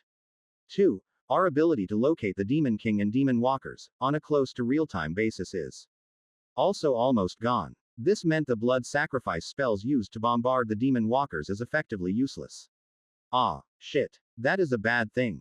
What use is a nuke if you don't know where to shoot it? Also linked to that second point, we'll need to rely a whole lot more on scouts to monitor the demon's movement. I suppose they need to return to flares, fire signals and stuff like that. I still haven't heard from Lausanne, so I decided to send some subsidiary trees towards her last known location. Chapter 58. Volcano Defense. Year 82 Month 3. Silence is eerie. Without the communication networks to inform one's decisions, most travelers decided to stay put and wait. Only those truly desperate, or daring, make the journey. Throughout my network of trees, demons appeared more frequently, and in larger numbers. Given my now smaller effective range due to the interference of the Demon King, it's also harder to move my beetles from one place to another as they have to travel close to my chain of subsidiary trees. When is the damn messages going to get through? Merchants, some of them have started drinking extensively. It seemed they are in a limbo. Some of them started to band together and just try to make the trip to the next town. A small minority just sold all their inventory and decided to just stay put. I'm not going anywhere. This town can defend itself against a demon walker, I'll just stay. It's a risk to go out there. You might not know if a demon walker is nearby. We are merchants. We do not sit still in a place. We need to sell to make money. Anyway, back to the beetles. The attacks throughout my network increased, and so, with Trevor and Dimitri's advice, I've split my beetle force into 6 squads, of 1,500 each, all stationed in a different part of my network, the rest of them in New Freaka. I can't move the beetles as quickly as before, because of the longer route they now have to take, and with lesser visibility, I have lesser amount of time to plan and respond to any incursion. In a way, this is a hub and spoke strategy, mini bases for my beetles. Frankly, I didn't see this coming. I thought demon kings were just overpowered, and have high destructive abilities. Utility or passive abilities wasn't something I expected. It really feels like there is a mind behind the demon. Would you think it's a reincarnator? A hero from your world? Alexis paused. That would be terrible, isn't it? If they brought someone from my world. There's really no reason why the demon kings would change tactics this time. There has to be a trigger point. When you fought the demon king, what did you think? Alexis waited, and then she responded, off tangent, but very relevant. Quote. I wonder whether the demons accessed my memories. When I was trapped as a fire demon. Whether the demons looked into my mind, just like how I saw their homeworld. You saw their homeworld. I think so. I'm not sure whether it's a dream or it's their home world, but after the demon walker, it brought back memories. It's a massive desert with large spires, similar to the ones on the demon walker's back, but many, many times bigger, and more. Okay, now we have two suspects. 1. The demons somehow brought a reincarnator or offworlder. 2. The demons took a look at your mind and decided to copy some tactics. Or possibly both are true. Or you may have let the demons in on where you are from, and therefore they can now summon their own version of heroes. Alexis's spirit body rotated and twirled in the air. She looked horrified. I hope not. We need to warn everyone if we are potentially dealing with an enemy reincarnator. All the nations must treat the demons as intelligent. Let's not panic yet. I do suspect that this generation's demons are possibly intelligent, or have some kind of thought process to their tactics, but the fact that they only have a small variety of units, seem to imply that there is some kind of migration limit on what they can bring to this world. Maybe the reincarnator himself isn't here in this world. We need countermeasures. We need to do something. Alexis spinned. I think her spiritual body is changing color. Mila was happily in her inn. Now that the merchants aren't going anywhere, they need a place to stay, so her inn is full house. And many merchants are drinking their worries away. Busy. Alexis. I've got a full house to manage. Mila waved her off. This is important, Mila. Important. After I'm done with my customers, which is like, really, really much later. Later. Okay. Mila. Alexis pouted. In the meantime, I called Jura and Madeus to discuss the possibility of an intelligent demon king. Demon kings are somewhat monster-like, at least in history. They seek out places with large populations, and have an ability to sense the presence of heroes. Their instincts seem to drive them towards the heroes. They have some primitive intelligence, according to statements from past heroes, but in combat, and once provoked, they are like monsters. So, how bad is it if the demon king is intelligent, say, like an average human? On the bigger scale of things, it's probably the demonic equivalent of a very, very nasty undead necromancer. Is that bad? It sounds bad. I asked. Jura shook his head. His knowledge about such things are quite shallow. Madeus has a better understanding on historical outbreaks. Madeus nodded. If the heroes can work with the kingdoms, should still be possible to defeat the demon king. After all, the demons can't level, and the lower level demons, demon walkers, don't display the kind of intelligence that I would associate with sentience. So, it's likely that only the demon king is fully intelligent. I agree with that theory. Indeed, the demon walker or the demon general did not appear to be intelligent, even if they have some tactical sense. Else, they would not have walked in a straight line towards the source of the hex bombs. If so, all the thinking must be done by the demon king, and that is inherently a weakness.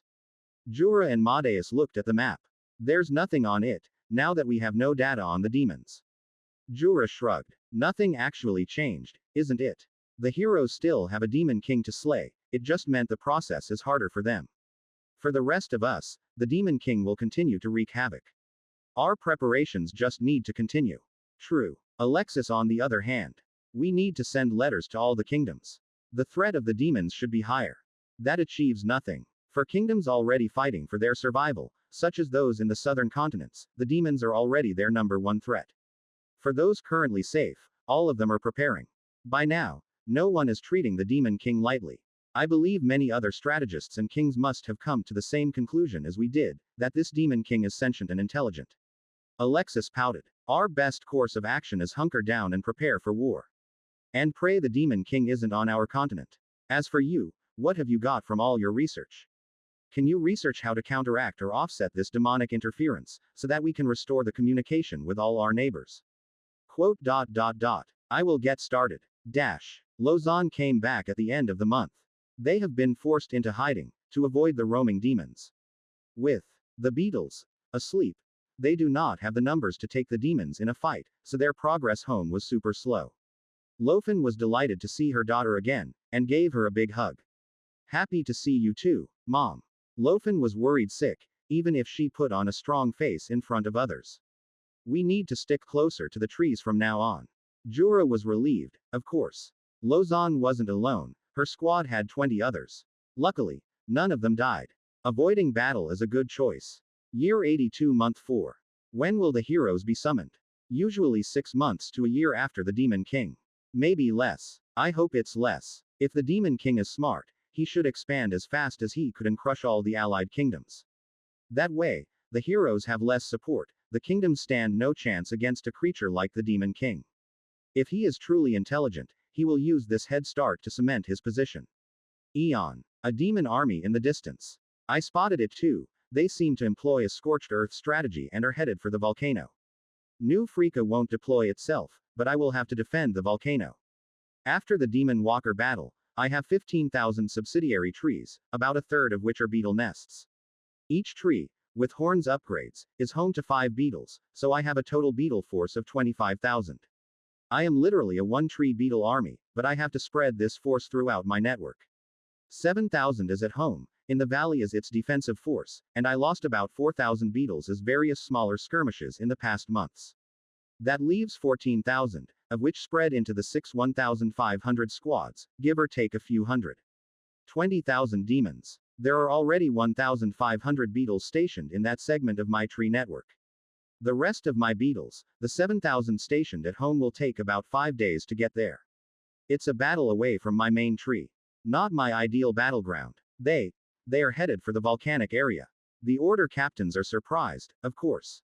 They presumed they would head here. The volcano is a natural mana source.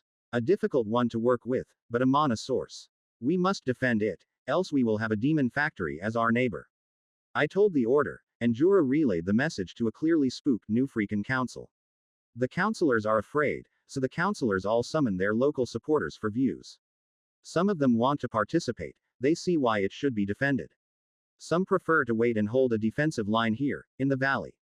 So, the choice is given to the councilors, and they gather support. Either send an army to fight a force near the volcano, or tolerate a demon base next to New Freaka and die eventually, anyway. In a way, it is an easier battle since it is just a large army of regular demonoids. There are no giant walkers. But, the flip side is my ability to intervene slightly weakened by the distance. Jura and Yvonne, I need both of you at that battle. Lausanne tapped herself. Me too. Well, I planned on including her anyway. And you. Lofen gave her daughter a hug. And the Valthorns. I need every high-level person I have at that battlefield. Go, and go quickly. The beetles there may not be able to hold the line for more than 3 days. And the demons are only 2 days away. In a way, this could have been prevented had I created an outer perimeter of subsidiary trees, but even that would only give me 1 extra day's advance warning. Still, I made a note to further fortify the southern forest and TreeTree of mana. Clearly that magic ley line would be a juicy target for the demons, should they discover it. To delay the demonic force while the rest of the forces get into position, I activated Rooting Field and Poison Field multiple times. Sadly, poison doesn't work on demons, but the roots did manage to delay them. The battle began as expected, 5 days later on the edges of the volcanic area. I have increased the amount of subsidiary trees I have, so that I can keep control over the beetles, and with new subsidiary trees, the present beetle force stood at 2,500. My 7,000 beetles are a day away, and the New Freakin army of 4,000 soldiers are 2 days away. The demons. 21,000 or so. The demons themselves are increasing. The demons charged, led by humanoid demons, riding on demon hounds, wielding long halberds and spears. Fucking hell, they have cavalry. They had demon knights that rode hellhounds some time ago, a small, elite, brainwashed humans that chased the heroes, but this is my first time witnessing pure demonoid cavalry as combat force. Actually, how did the demons brainwash those humans? Could they be the source of this change in tactics too? Something isn't right. If demon knights, Brainwashed by the demons exist, that means the demon kings had always been sentient. Because you need a certain measure of intelligence to utilize, demonic corrupted human knights. And the previous demon king had manticores and wyverns too. Ah, I need to come back to this thought later. Now I need to focus on the fight to defend the volcano. The demonoid riders smacked into my beetles. We are fighting defensively, using the trees as a kind of makeshift wall. Beetles can fight even when they are partly crawling on trees, the demonoids less so. I need to delay them as long as I can, until the rest of my 7,000 beetles arrive. Utilizing the beetles' ability to burrow, the beetles dug numerous trenches throughout the battlefield, all meant to delay the demons. A kind of trench warfare, but these are mixed in between the layers of trees. Some of my subsidiary trees are carnivorous plants, and they chomp on one or two demonoids before they needed time to recharge. Here, at this distance, the effect of my lesser demonic suppression aura is slightly reduced, and a defensive battle meant my beetles can still benefit from my healing aura. But these things merely serve to delay the inevitable. The number disadvantage was too massive, and they killed 1,500 beetles within the first few hours of skirmish. The remaining 1,000 retreated back to the last line of trees. On the positive side, half of the demonoid cavalry have been killed, and the demon army is now about 19,000 strong. Jura, Lausanne, Yvonne. Situation isn't good. We are likely to have to fight the demons after they breach the tree line. There are a few demon knights in the force. Indeed, the demon knights, with their various short-range weapons, made the trenches unfavorable to the beetles. A mistake, on hindsight. Silly me, thinking my beetles are the only ones who have an advantage in the trenches. The 7,000 beetles are still half a day away. The demons continued their charge, and the fighting continued into the night. Master. Bad news, another 20,000 has been spotted in the north corridor. They are headed to the former dungeon, the Naga Hole. Trevor flagged the news. In fact, by the time we spotted the demons, they were already at the dungeon's doorsteps. There's nothing there. How did the demons spawn so many demons? Don't they need bases for this? With another battle ongoing at the volcano, I had to concede the former Naga dungeon. I didn't have enough beetles to fight two battles at the same time, so the beetles in that area retreated. Back at the volcano, my defensive line broke really quickly. There really was no way I could stop an army of 19,000 demons with only 1,000 beetle, even if I kept using my skills to thin their numbers. I had to make a call then. I retreated with the 500 surviving beetles, and joined them up with the 7,000 that arrived a little too late. The demons had breached the tree line and entered the volcano area. The demons are in the volcanic area. Should we continue? Then. Yes. We must defeat the demons before they establish a base in the volcano. We cannot let them tap into the volcano's mana source. The men are not keen. One of the captains said. Some of the men didn't see why they should risk their lives protecting a volcano. Then die when the demons come along. It really wasn't a lie. A demonic base next to us. They could spawn more demons, more than the beetles I can field. Still, keen or not, we had to fight. I was not planning on letting the demons get too far into the volcanic area, and already I see the demons fight the native magma golems. The native magma monsters didn't mount any extra defense. After all, they didn't even know an army was headed their way, but the giant magma golems were more than a match for conventional demonoids. But the demons were focused. While some demonoids kept the magma golems occupied, they charged for the caldera. And I didn't plan on letting them get there and establish a foothold. I spawned subsidiary trees. Even in this hostile terrain, the army of beetles and new freakins chased after the demons. They have 1 day's head start, and the army passed by more casualties by the wayside. Some soldiers took this chance to collect any loot that the golems dropped, since the demons were not interested. As the beetles and soldiers headed up, I felt it. A surge in mana, a shiver in the magma and earth below. Shit, I told myself, they might have already started. Demonic energy is starting to corrupt the volcano's energies, and all the trees in the area can feel the incursion. An hour of climbing up the volcano with this army, we saw the demon's fortress. Past a field of crushed golems and the half-skewered demonoids, right at the edge of the volcanic caldera, a fortress in the making. It's growing slowly, but it already has the shape of spires, similar to the spires of the demon walker. There it was, at the center of the under-construction fortress, a banner-like reddish object, the so-called demon rod as told by the merchant guilds. This is a terraforming army. Alexis muttered. They plan to turn the world into the factories of their homeworld. We could see the demonic energy leaking from the rod into the ground, and it's trying to take control of the land beneath it. But the volcano would not be tamed so easily. This scene somehow reminded me of a game I played, where the four factions used little magical rods to conquer the land, and with it, convert the neutral land into the four types of racial terrains: hell, blight, frost or bloom. No time to waste. The fortress is not ready, and we must destroy it now. Or actually, destroy the rod first. If the rod is the source of the corruption, there's really no need to focus on the army. In fact, I thought of cheating, so I created a few subsidiary trees as close as I could to the fortress and started unleashing root strikes at the rod. But it all met a barrier of some kind. And that barrier prevented my roots from approaching, and it also blocked my subsidiary tree. There were 3 demonoids standing around the rod, in a mini-circular formation. They seemed to be channel the energy from within the rod to create the fortress and the barrier protecting the rod. I need to stop them, or by tomorrow they would start to spawn demons. The barrier blocked the roots attacking the 3 demons too. Jura, need you to take those 3 demonoids down. What? Where? I forgot they can't see past walls, unlike my top-down visual through all my subsidiary trees. The demonic army form up around the fortress, and now we have a better sense of what we were up against. The demonoid army had suffered losses to get to this part, a section so close to the top of the volcano. No matter. 16,000 demons noticed our presence, and they fought hard to hold back our 7,500 beetles and 4,000 soldiers. And once again, another larger scale battle. Without a demon walker to focus on, my role in this battle is to prevent unnecessary deaths. This meant observing the soldiers and interfering when they are in trouble. At the same time, I also clear a path for Jura and Yvonne that leads to the 3 channeling demons, so that they can quickly end the rod's corrupting magics. They are my best combatants, and since there is a magical barrier, I hope they can still physically pass through the barrier.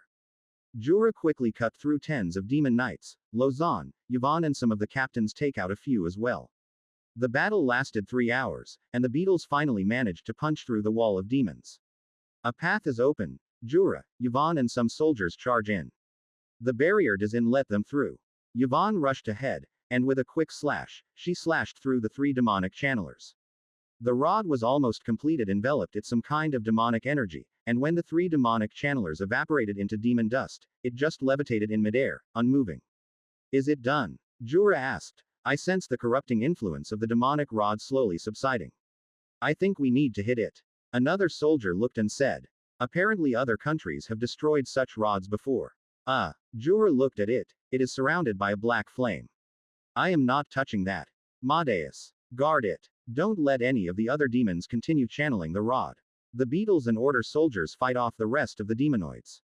We should not stay long. I saw a giant magma golem starting to form in the distance. The native monsters are trying to fight back, and they see both us and the demons as intruders. TreeTree, can you move it, or knock it out? The channelers are gone, so the barrier should be down. Jura asked. Madeus was busy blasting some demons. Jura continued to cut through demonoids. The captains reorganized the men into defensive formations, the beetles doing the bulk of the fighting. I launched a few more root strikes, and there's no barrier blocking it. It hits through the demonic flame, my roots just lightly scathed by the black flame, and the massive banner rod falls down. But even as it collapsed, cracked, I could sense residual demonic energies from it. The rod fell to the ground, dark energies jumped out like an arc lightning, and it tried to create more demonoids. This rod is the spawner of the demonic hordes, isn't it? Destroy it. Jura shouted. It's trying to spawn more demons. That's obvious enough. The demonic fortress and the spires around the soldiers started to vibrate, shake, and chunks started to collapse. By now, the demonoids have been defeated. We're only left with the rod. But no, I don't plan to destroy it, just yet. Take the rod. I asked Jura, but then I realized it's massive. What? No way. It's still emitting that black demon flame. You need to knock it out a bit more. That meant I am the only one that can manipulate it. A beetle approached and the flames burned the beetle. I briefly considered leaving it here, but that meant the rod will spawn more demons, and that defeats the purpose of this incursion. I decided to weaken the rod a bit more, so with some root strikes, the demonic energy dissipated, and the rod itself cracked. Still, I could sense some remaining demonic energy, and that's what I wanted. Good. I feel it. Would be better for me to hold onto it and subject it to some research, see what I can learn from it.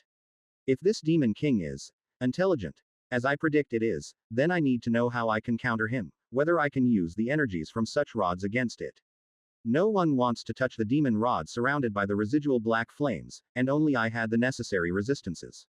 I used a bit of my vines and the black flames are unable to hurt the vines much, and I moved the rod. It takes a bit of effort to play pass the baton with my vines, tossing the rod from one subsidiary tree to another, all the way down from the volcano, back to New Freaka.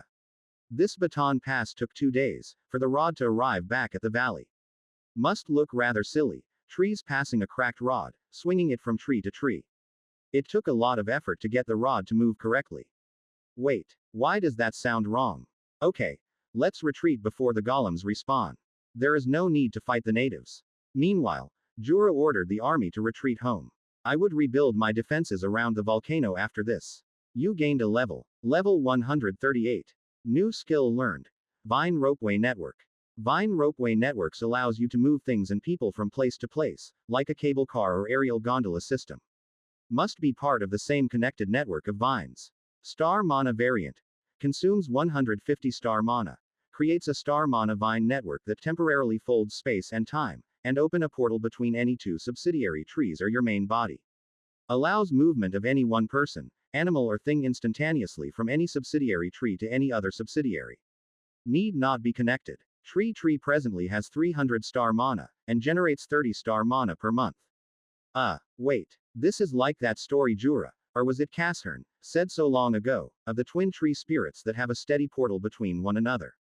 Like paired stargates. Chapter 59. Stick it into the flame. Year 82 month 5. 2 moons, high up in the sky. 1 blue, 1 white. Alexis says sometimes they change color, and apparently, the alignment of the moons influences the power of certain magics and monsters. Back home, there are stories of how some werewolves gain power from the moon. In this world, there are also certain kinds of werewolves that gain different powers, depending on which full moon in the night sky. It's certainly a fascinating mechanic to magic. There's a third moon that moves a whole lot slower, and for now, it stays out of sight. Anyway, my immediate focus was on the now broken demonic banner rod, and I put it inside a large lab tree close to my main body. This is because, unlike the lab which experiments on the Hexbomb's hex sludge, which is located really far away for safety, I am a whole lot more confident fiddling with the demonic rod, thanks to all of my anti-demon resistance. In fact, it's better for it to be nearer since the demonic suppression aura is stronger. There is a layer of extremely dense demon mana swirling in the core of that rod, a crystalline object that resembles demolite. In fact, I think it is demolite. The dense demon mana protected the core from the probing vines, and I am in the process of overpowering the demon mana, by slowly draining the demon mana. It tried to fight me. The demon mana from the rod even attempted to latch onto my body, but as expected, my body is resistant and pushed back. I activated natural mana overwhelming, and did what I've done in the past, just like how I used the mana from me and all the trees to overwhelm the demon hounds, and Alexis. So, slowly, but surely, my mana begins to break into the rod, entangling it, and bit by bit, in slightly less than a month. And then, your mana has completely taken over the demonic presence rod. Demonic rod has now transformed into the stick of TreeTree. The stick of TreeTree retains the mana conversion and assimilation abilities of the original rod, will grow trees wherever it is placed, and spread your influence. The strange-looking rod now resembles a large wooden spear, with overgrown vines all tangled up around it. The demolite core, once purple and reddish, now entirely light green in color. But seriously, I didn't come up with such a name. Or maybe I did. Maybe it's my subconscious. Decided it was a horrible name. I decided to call it the forest rod instead. I'm just too embarrassed to even tell my beetles to carry the stick of TreeTree. Throughout New Freaka, news is rare. Most message services are not operational, and not many couriers or messengers in service. They are often employed, at great cost, to deliver the most important messages. Some merchant groups decided not to wait any longer, and instead, they spend money to hire a large escort force. It's a well-reasoned choice, since the Demon King will not die until the heroes arrive. How long could they wait anyway? Messengers, couriers are escorted by riders, and armed cavalry. At this point, speed is key. Airships. Where are the airships anyway?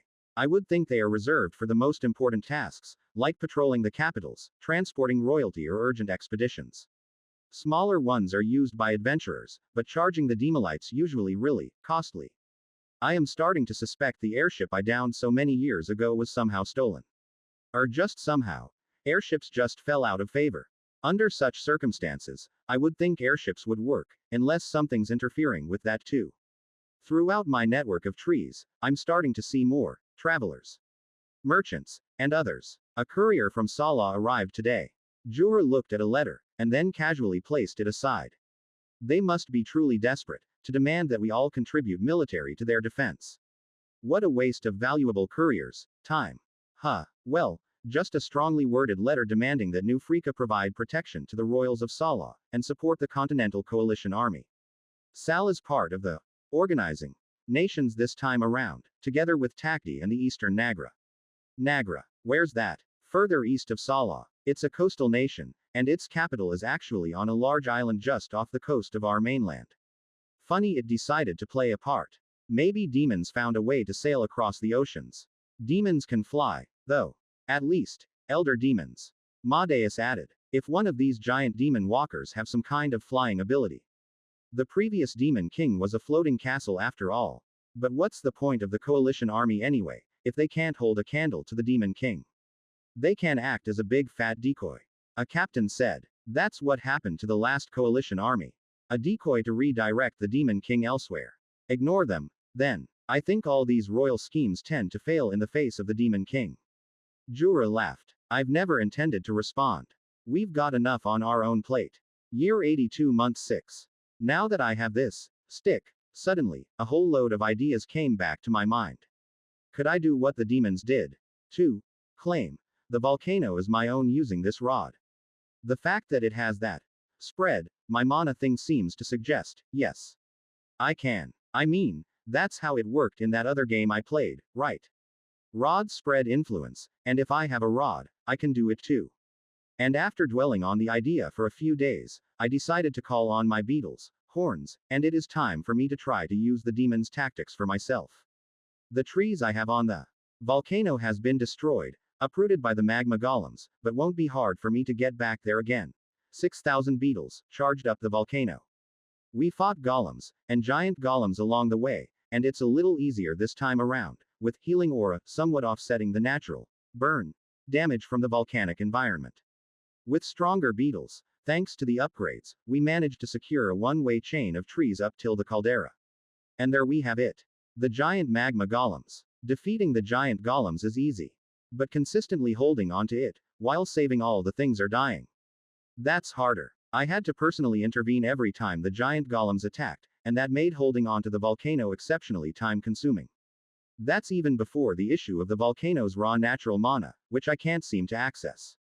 My subsidiary trees also keeps burning from the natural heat of the volcano, and that meant I had to constantly replace them. Thankfully, after the past few upgrades, they are a little bit tougher. I'm hoping this forest rod changes that. If this works, I'm going to start hunting the demons for more rods. A torrent of root strikes later, the golems are down, and with 4 beetles helped to insert the forest rod into the edge of the caldera. One of my subsidiary trees' vines and roots then tangled with the forest rod's growing vines, and I felt a strange sensation. I felt like I was in a hot sauna, but I'm a tree. Focusing on the forest rod, I quickly see that it's the natural mana from the volcano, and my own natural mana, mixing. I think this might work. And more of those magma golems appeared. They seemed to have been riled up by the sudden shift in mana, and we, the trees and the beetles now play defense. I suppose it's like tree versus volcano, then. And we spent 5 days, defending the forest rod, while it channeled slowly.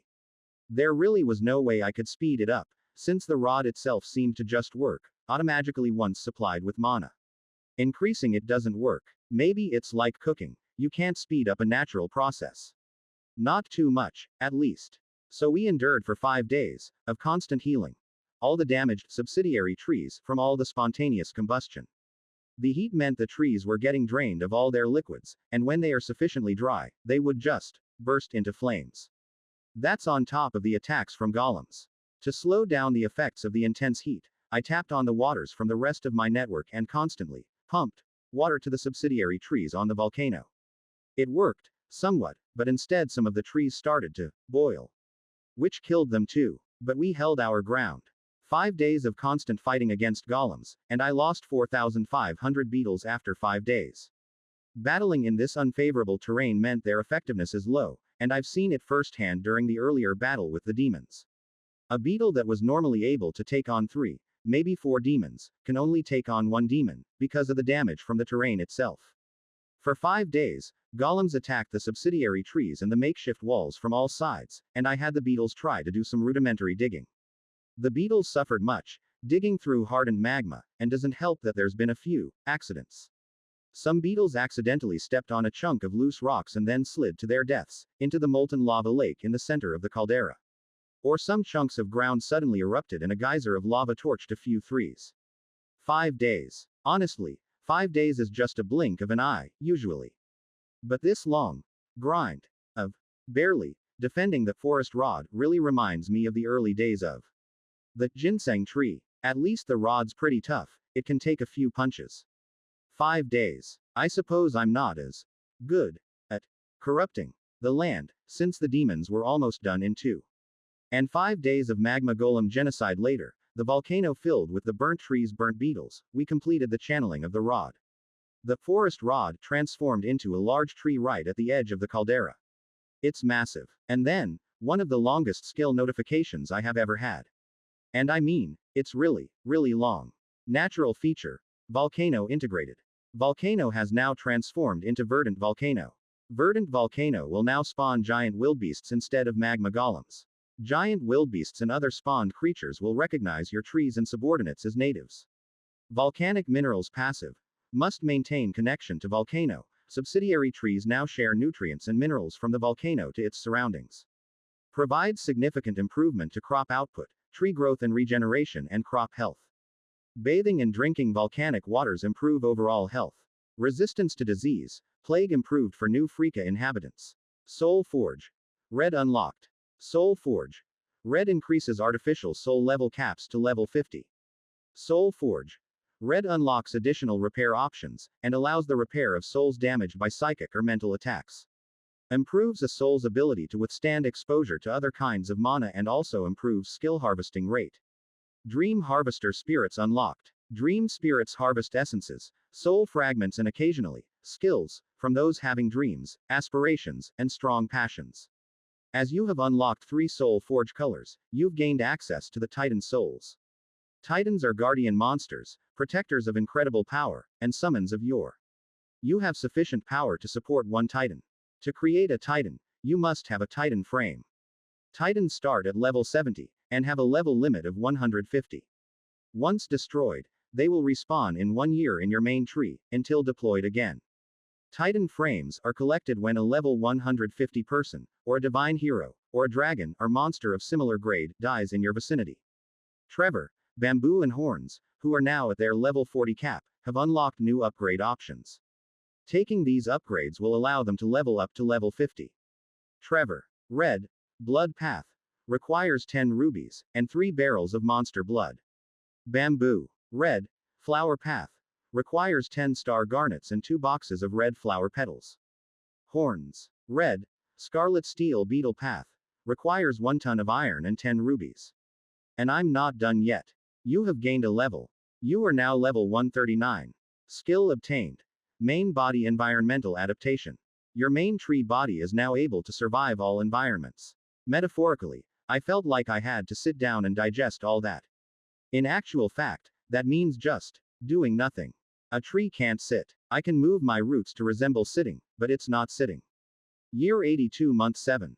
I had a lot to think about, particularly about the nature of my new powers. Firstly, the colors of the Soul Forge. How many colors are there? I had earlier suspected that there are at least 5 colors, similar to how some trading card games do it: white, blue, green, red, and black. If there's 5 colors, would that imply a level limit of 70 if I have all 5 colors for my artificial souls? Or if there are more? And acquiring more colors expands the kind of souls I can create, so if 3 colors unlock Titans, what would 5 colors do? Or if there are more, what would those functions be? These are things I think I will discover in the future. Then, the Titans. Sadly, its effects are not retrospective, so I do not benefit from Alexis's death in my Hands. I wonder whether it still counts if I kill the heroes when they are weak. Does it? Or slaying dragons. And environmental adaptation. Kind of lame of a level 139 skill, since I'm here. At least if somebody used a super blizzard, I'll be fine. Also, the rod worked. To me, this rod is a great game changer. I can't make the rod, but I can find more. And then I can corrupt it to expand my influence. It even helps to expand my forests. More forests is good. I like having more forests everywhere. Even now, the volcano's surface is filled with small shrubs and trees, the once violent Mana now a whole lot less hostile to vegetation. I should have more of these rods. So it's time for me to turn the heat back on the demons. Because these rods are awesome. And for that purpose, I created a new artificial soul. Too bad I can't have a Titan yet, but I suppose Titans are like endgame units. Like Kane, or the Warboss. TreeTree online. Awaiting your instructions, Commander. Damn, I love the fact that the artificial soul can leech on my memories to shape his voice and conduct. I honestly modeled him after the adjutants and advisors in all the 1990s RTS games I used to play. Good. Here's our plan. Dimitri, Trevor, your roles remain, that is defense and administration of the Southwest Forests, the Valley, and now, also the Volcano area. Ivy, your role remains to monitor the inhabitants of New Freaka. TreeTree, your role is to be my war room, and battlefield command. Your task is to find, and hunt for these, demonic rods. Acknowledged. As it is, our visibility and scouting range has been significantly weakened, thanks to the interference from the Demon King, and beetles are only able to operate within a specified range of our subsidiary trees. This will be a difficult task. But together, we will hunt down more of these rods. Silence. As such, I am delegating control over 4,000 beetles and 500 unused subsidiary tree slots to you. Get me more of those rods. Understood, Commander. And so, I let me new artificial soul on its way. I feel a bit like the Overmind, creating new cerebrates to perform specific tasks. Helps that my special project, the Grand Mind Tree, is going to be ready in 2 more months. What would I be called, then? I honestly don't want a name with a mind in it, because I think my mind's really not all quite there. As much as I try to resist it, my mind splinters, and goes off in weird tangents. It's almost like my mind's some kind of multi-threaded computer, jumping from one train of thought to another. I wonder sometimes, whether I'm still Matt. But then, a part of me just brushed that off and pushed me back to my duties, which the valley, and caring for all my trees and citizens. I do like my trees. There's so many of them now, and I consider them an extension of me. Yeah, my mind's not all there. I wonder whether the gods are playing tricks on my mind, like how they play tricks on the heroes. How long before the heroes arrive anyway? It's already been 5 months. It seemed that the courier services are getting more and more active, with more people taking on the job of delivering messages to nearby towns. We still haven't received any news from the other continents, but we're starting to get a better sense of what's happening on our own. The Merchants Guild has finally set up something of a high priority courier network, using their best scouts and messengers to travel along specified routes. The good thing is, at least the Demon King isn't on our continent. The bad news is, there's a lot more demon walkers. But that's a small matter. Now that I am well aware of the value of the demon rod, I want more of it. So I need to help TreeTree along. Jura seemed quite puzzled, but once I explained how I corrupted the demon rod, he too saw value in it. Yes, preferably ones where there are known demon rods. Jura didn't want to explain too much, but said that I have uses for them.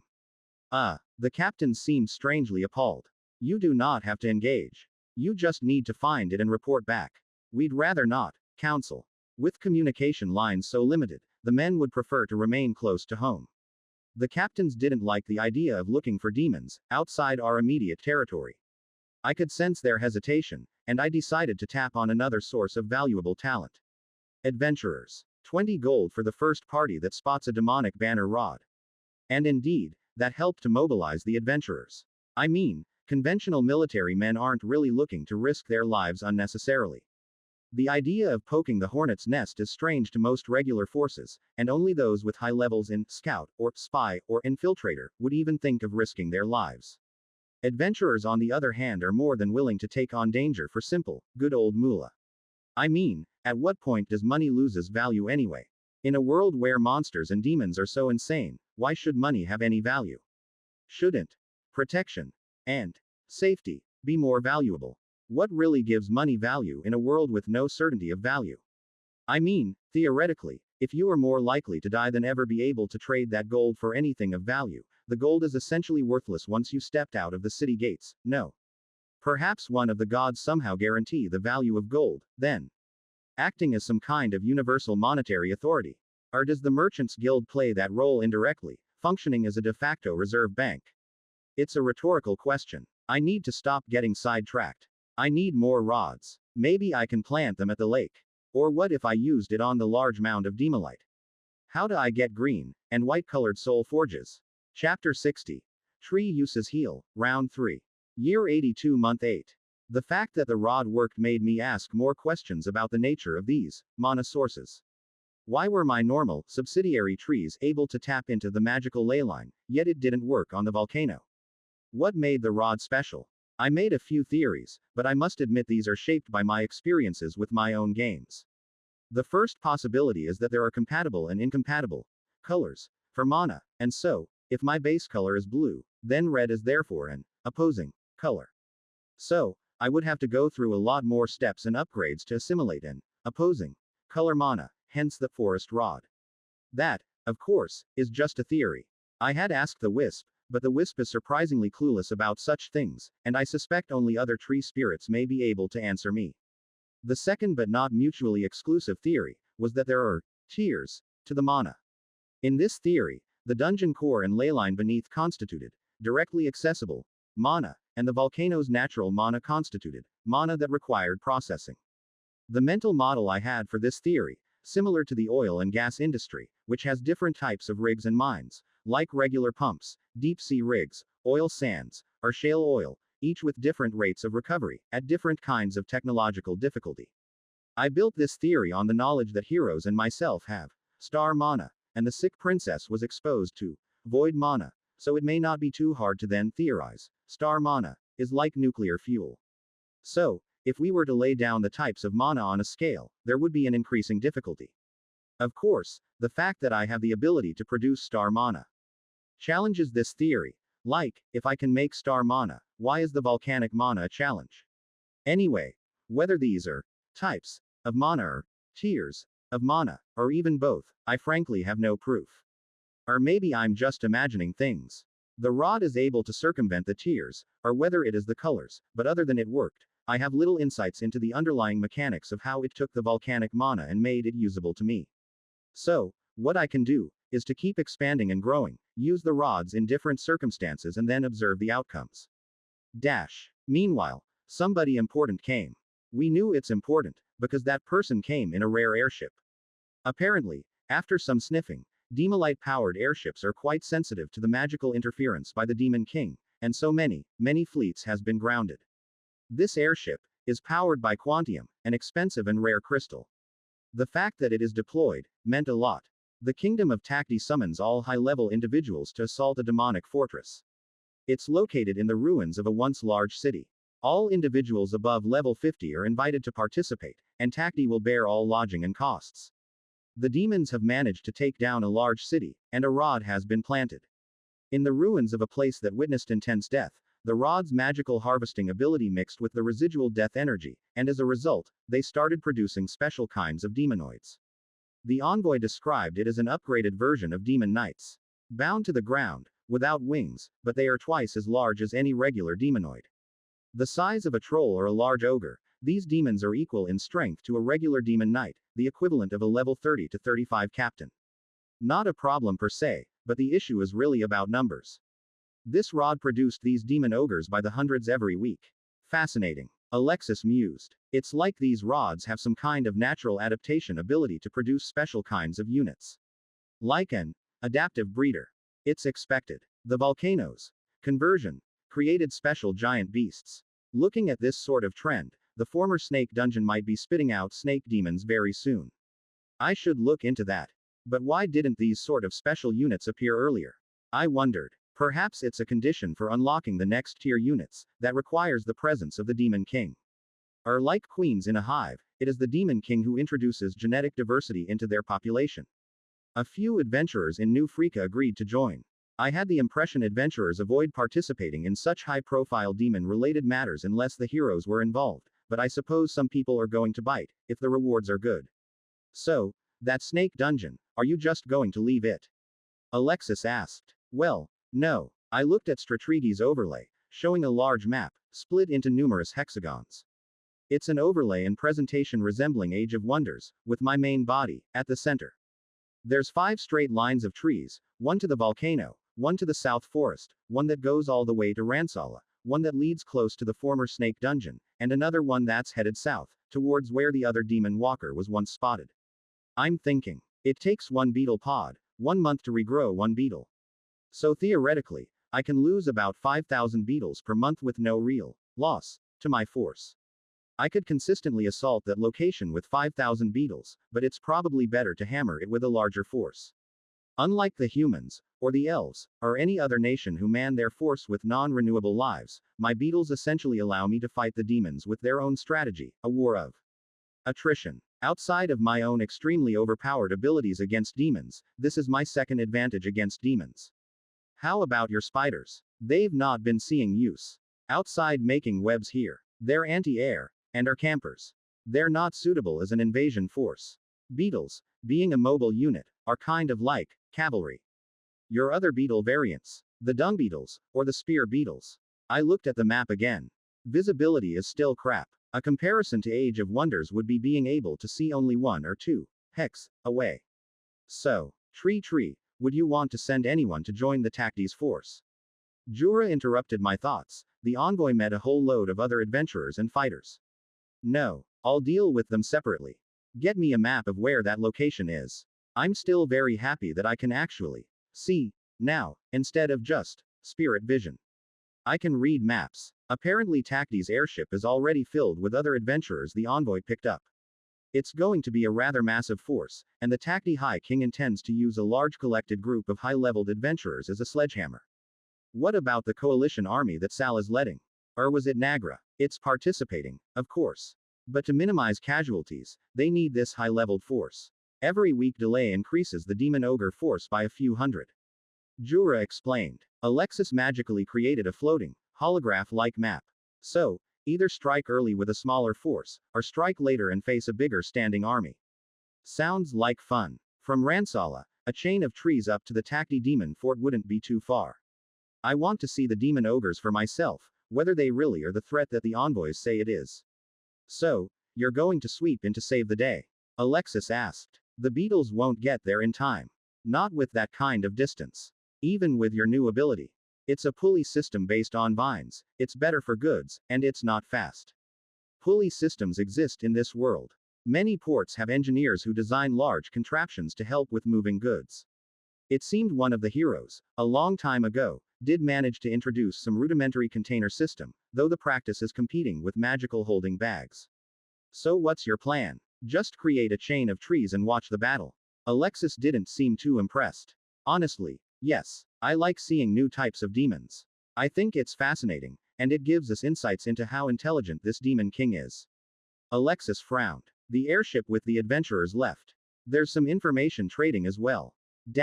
Some of the adventurers we hired did come back with some targets. And after a few battles with smaller demon bases, this is where I made a discovery. The rods must be collected, either when they are unused, or still under construction or in transport. Once fully channeled and transformed into a base, or a fort, most of that mana corrupting ability is lost. Left untouched, the fully channeled rods can still continue to generate small amounts of demonoids, but they lose most of their base creation ability. In short, a single-use item. I had the idea of smashing some demon bases and stealing the rods, but it makes more sense that the rods are mostly a single-use item. Back to the drawing board. Year 82 Month 9. Completed the Grand Mind Tree project. The Grand Mind Tree resembles a bunch of walnuts stacked on top of each other. The entirety of the mind tree is wrinkly, with multiple branches twirling around. Located just next to me, the moment it's fully completed, I could see it glow a faint greenish light. And then I had a massive headache. For a good 1 hour. But only 1 hour. I've had worse headaches. Mind control resistance significantly increased. Each of your artificial minds will now act as counterchecks against attempted mind control attacks. Mind control must now apply to more than half of your artificial minds to work. Ah, wonderful. The blockchain node approach to mind control resistance. Also, my awareness of soul matters suddenly took a giant leap. If I focus, I can now observe greater details in the folds of my soul realm. And most importantly, the processing power to alter souls at a fine level. It's been something that I wanted, something I figured might solve what I have been facing with Jura. After a string of successes with smaller rats and animals, I tried moving on to bigger things, and realized I just couldn't. I had resolution issues. Because I couldn't create a canvas big and detailed enough. That meant I would work halfway and realized I couldn't copy more. Even with a live version as a reference. It was like working with a forced 600x 480 resolution when I needed 10 times that. This grand mind tree is kind of like a massive RAM and solid-state hard disk. Jura. Soul Forge. Now, with the grand mind, I now have what I needed to create a functional copy of the hand. He looked puzzled, but he's not one to challenge me that much. So he agreed. I had Lausanne and Lofen gather all sorts of materials, animals and place them around my main tree. With all three, Soul Forge, red, blue and black, I draw the mana from all over my network of trees, and they appear as three separate balls of energy, one blue, one red, and one black. This distinction is also made possible by the improved mana manipulation ability from the Grand Mind Tree. And from the Soul Realm, I took a bunch of the soul fragments, and started to form the shape of a hand. Jura's now asleep inside, the vines pump nutrients and mana. And three viney feelers, ethereal, both physical and spiritual, reach into his body, and pulls his soul out. Just partly. It revealed an elf-shaped soul, but with one hand gone. A gap. It's rounded now, like a soul version of a stump. Two more feelers appear and touch the other, still present hand. The Grand Mind Tree glowed, and in sync, another feeler started to work on the floating hand, formed from the broken soul fragments of the dead. With the mental processing and storage power of the Grand Mind Tree, the necessary, mental, capacity to copy all the details of his existing hand. And we started to work. Ivy and Trevor acts as my assistants. They helped maintain some of the mana flow, and regulated the Soul Forge. Cocooned in mana, it took a good 4 hours, and the floating hand now resembled the other, with the necessary corrections. Previously I could only do 3 hours. It had all the vessels, muscle strands and bone shapes, a perfectly flipped copy of the other hand. Then, multiple ethereal feelers appeared, and it cut into the stump on Jura's soul. It's a slow process, slowly, using the fragments of souls to create all the components, and joining the existing soul to this new hand. Bit by bit, vein by vein, bone by bone, strands of muscle joined their counterparts on Jura's soul. This took another 4 hours, and day had now turned into night. There were people looking for Jura, but Lofen sent them off. The three glowing mana balls entered the new hand, and then, the energies mixed and bound them together. Before I woke Jura, I checked. And double-checked. I made sure I fixed every part of the connection. Trevor and Ivy helped to check as well. Checking my own work took another 2 hours. I had to be sure. If I lose Jura to my own mistakes, I'm not sure how I can forgive myself. But after that, I felt I was okay. Jura's body is stable. Gently his soul returned back to his body, and then I used the biolab functions to check another time. 15 minutes. He's alright. Soul spring appears stable. There's a new section in there. I injected something, and roused him from his slumber. Jura woke up and shouted. He felt immense pain. Because what was once a stump, was now something he can feel in his soul. The loss, the lack of a hand, the pain that once was, all of it returned. He shouted. But now, I can apply healing magic. With more surgery. And I sent him back into sleep. I had to wake him to check his response. This time, with real physical feelers, inside a biopod, I cut into the physical stump on his body, and started to apply healing. And instead of healing back to a stump, it started to form a hand. I did it slowly, making sure the recovery of the hand didn't cause any cuts or gaps that would leak blood. Trevor and Ivy helped monitor his vital stats. And after another 2 hours of slow reconstruction, Jura woke up to find that he had both his arms. Jura was speechless when he saw his returned hand. He touched it, and he felt it. And he just stared at his new hand for a good 15 minutes, just moving his fingers, his wrist, his muscles. I decided to just let him have his moment. He sat, and he cried for a while. TreeTree, you fixed my hand. Only gods and their miracles can do such things. Maybe heroes too. Great. I took so long to do something a hero probably could do in his sleep. I didn't know I could too. So, be gentle with your new hand. I wasn't sure whether everything's fine yet, even though all the stats from Biolab are positive. Yeah, he stretched it. It still feels kind of strange to be having my own hand, and not Bamboo's wood hand. I'll be careful. When he stepped out of the biopod room, everyone gasped. Jura smiled. Hey, TreeTree made a hand. Dash. So, that tree makes you smarter? Alexis asked. Is it like your brain, but bigger? No, it's just a special tree type 1 have, increases research, and improves my mental resistances. Huh. For something that takes up so much resources, and almost 2 years to grow, I expected it to be more impressive. Like, warp space-time or something. I believe there are abilities that I have yet to discover. But I guess you needed it to fix Jura's hand. That's pretty good. Alexis mused, and looked at the magical labs. Too bad you can't fix this magical interference. Could it create like a psychic bubble to push back the Demon King's interference? You know, like Professor X's. Why? How'd that link? Well, you can fix this newsless world for a change. I'm a bit torn. Should I care about the outside world? I like just caring about growing more trees, spreading trees from place to place. I like just looking after what's mine, my forests, and my valley, the trees that I have. Wait, was that me? But then, the world's never going to just let me be. A part of me echoes the words of Gewa, that I have great power, and I should use it to fight the demons. The lives that could have been saved if I did something. Yet, that earlier part of me resists that notion. I wonder whether this is the tree part of me that just wants to mind my own business, and focus on just growing trees. Helping trees. Trees are my friends, my family, and they are mine, in a way these elves and humans can never be. Maybe a part of me feels that these trees are, me. I sometimes think about where all these come from, a yearning for self-preservation. A collective instinct for self-preservation, drawn from the thoughts of all the trees. Is this world, and all these artificial minds and grand mind tree, unknowingly influencing my thought processes? Is it deliberate? Or is there something like how the gods can subtly guide thoughts in a particular direction without one knowing? Again, why do my mind wander like that? I was having a discussion on the demons, was I not? TreeTree, you, okay.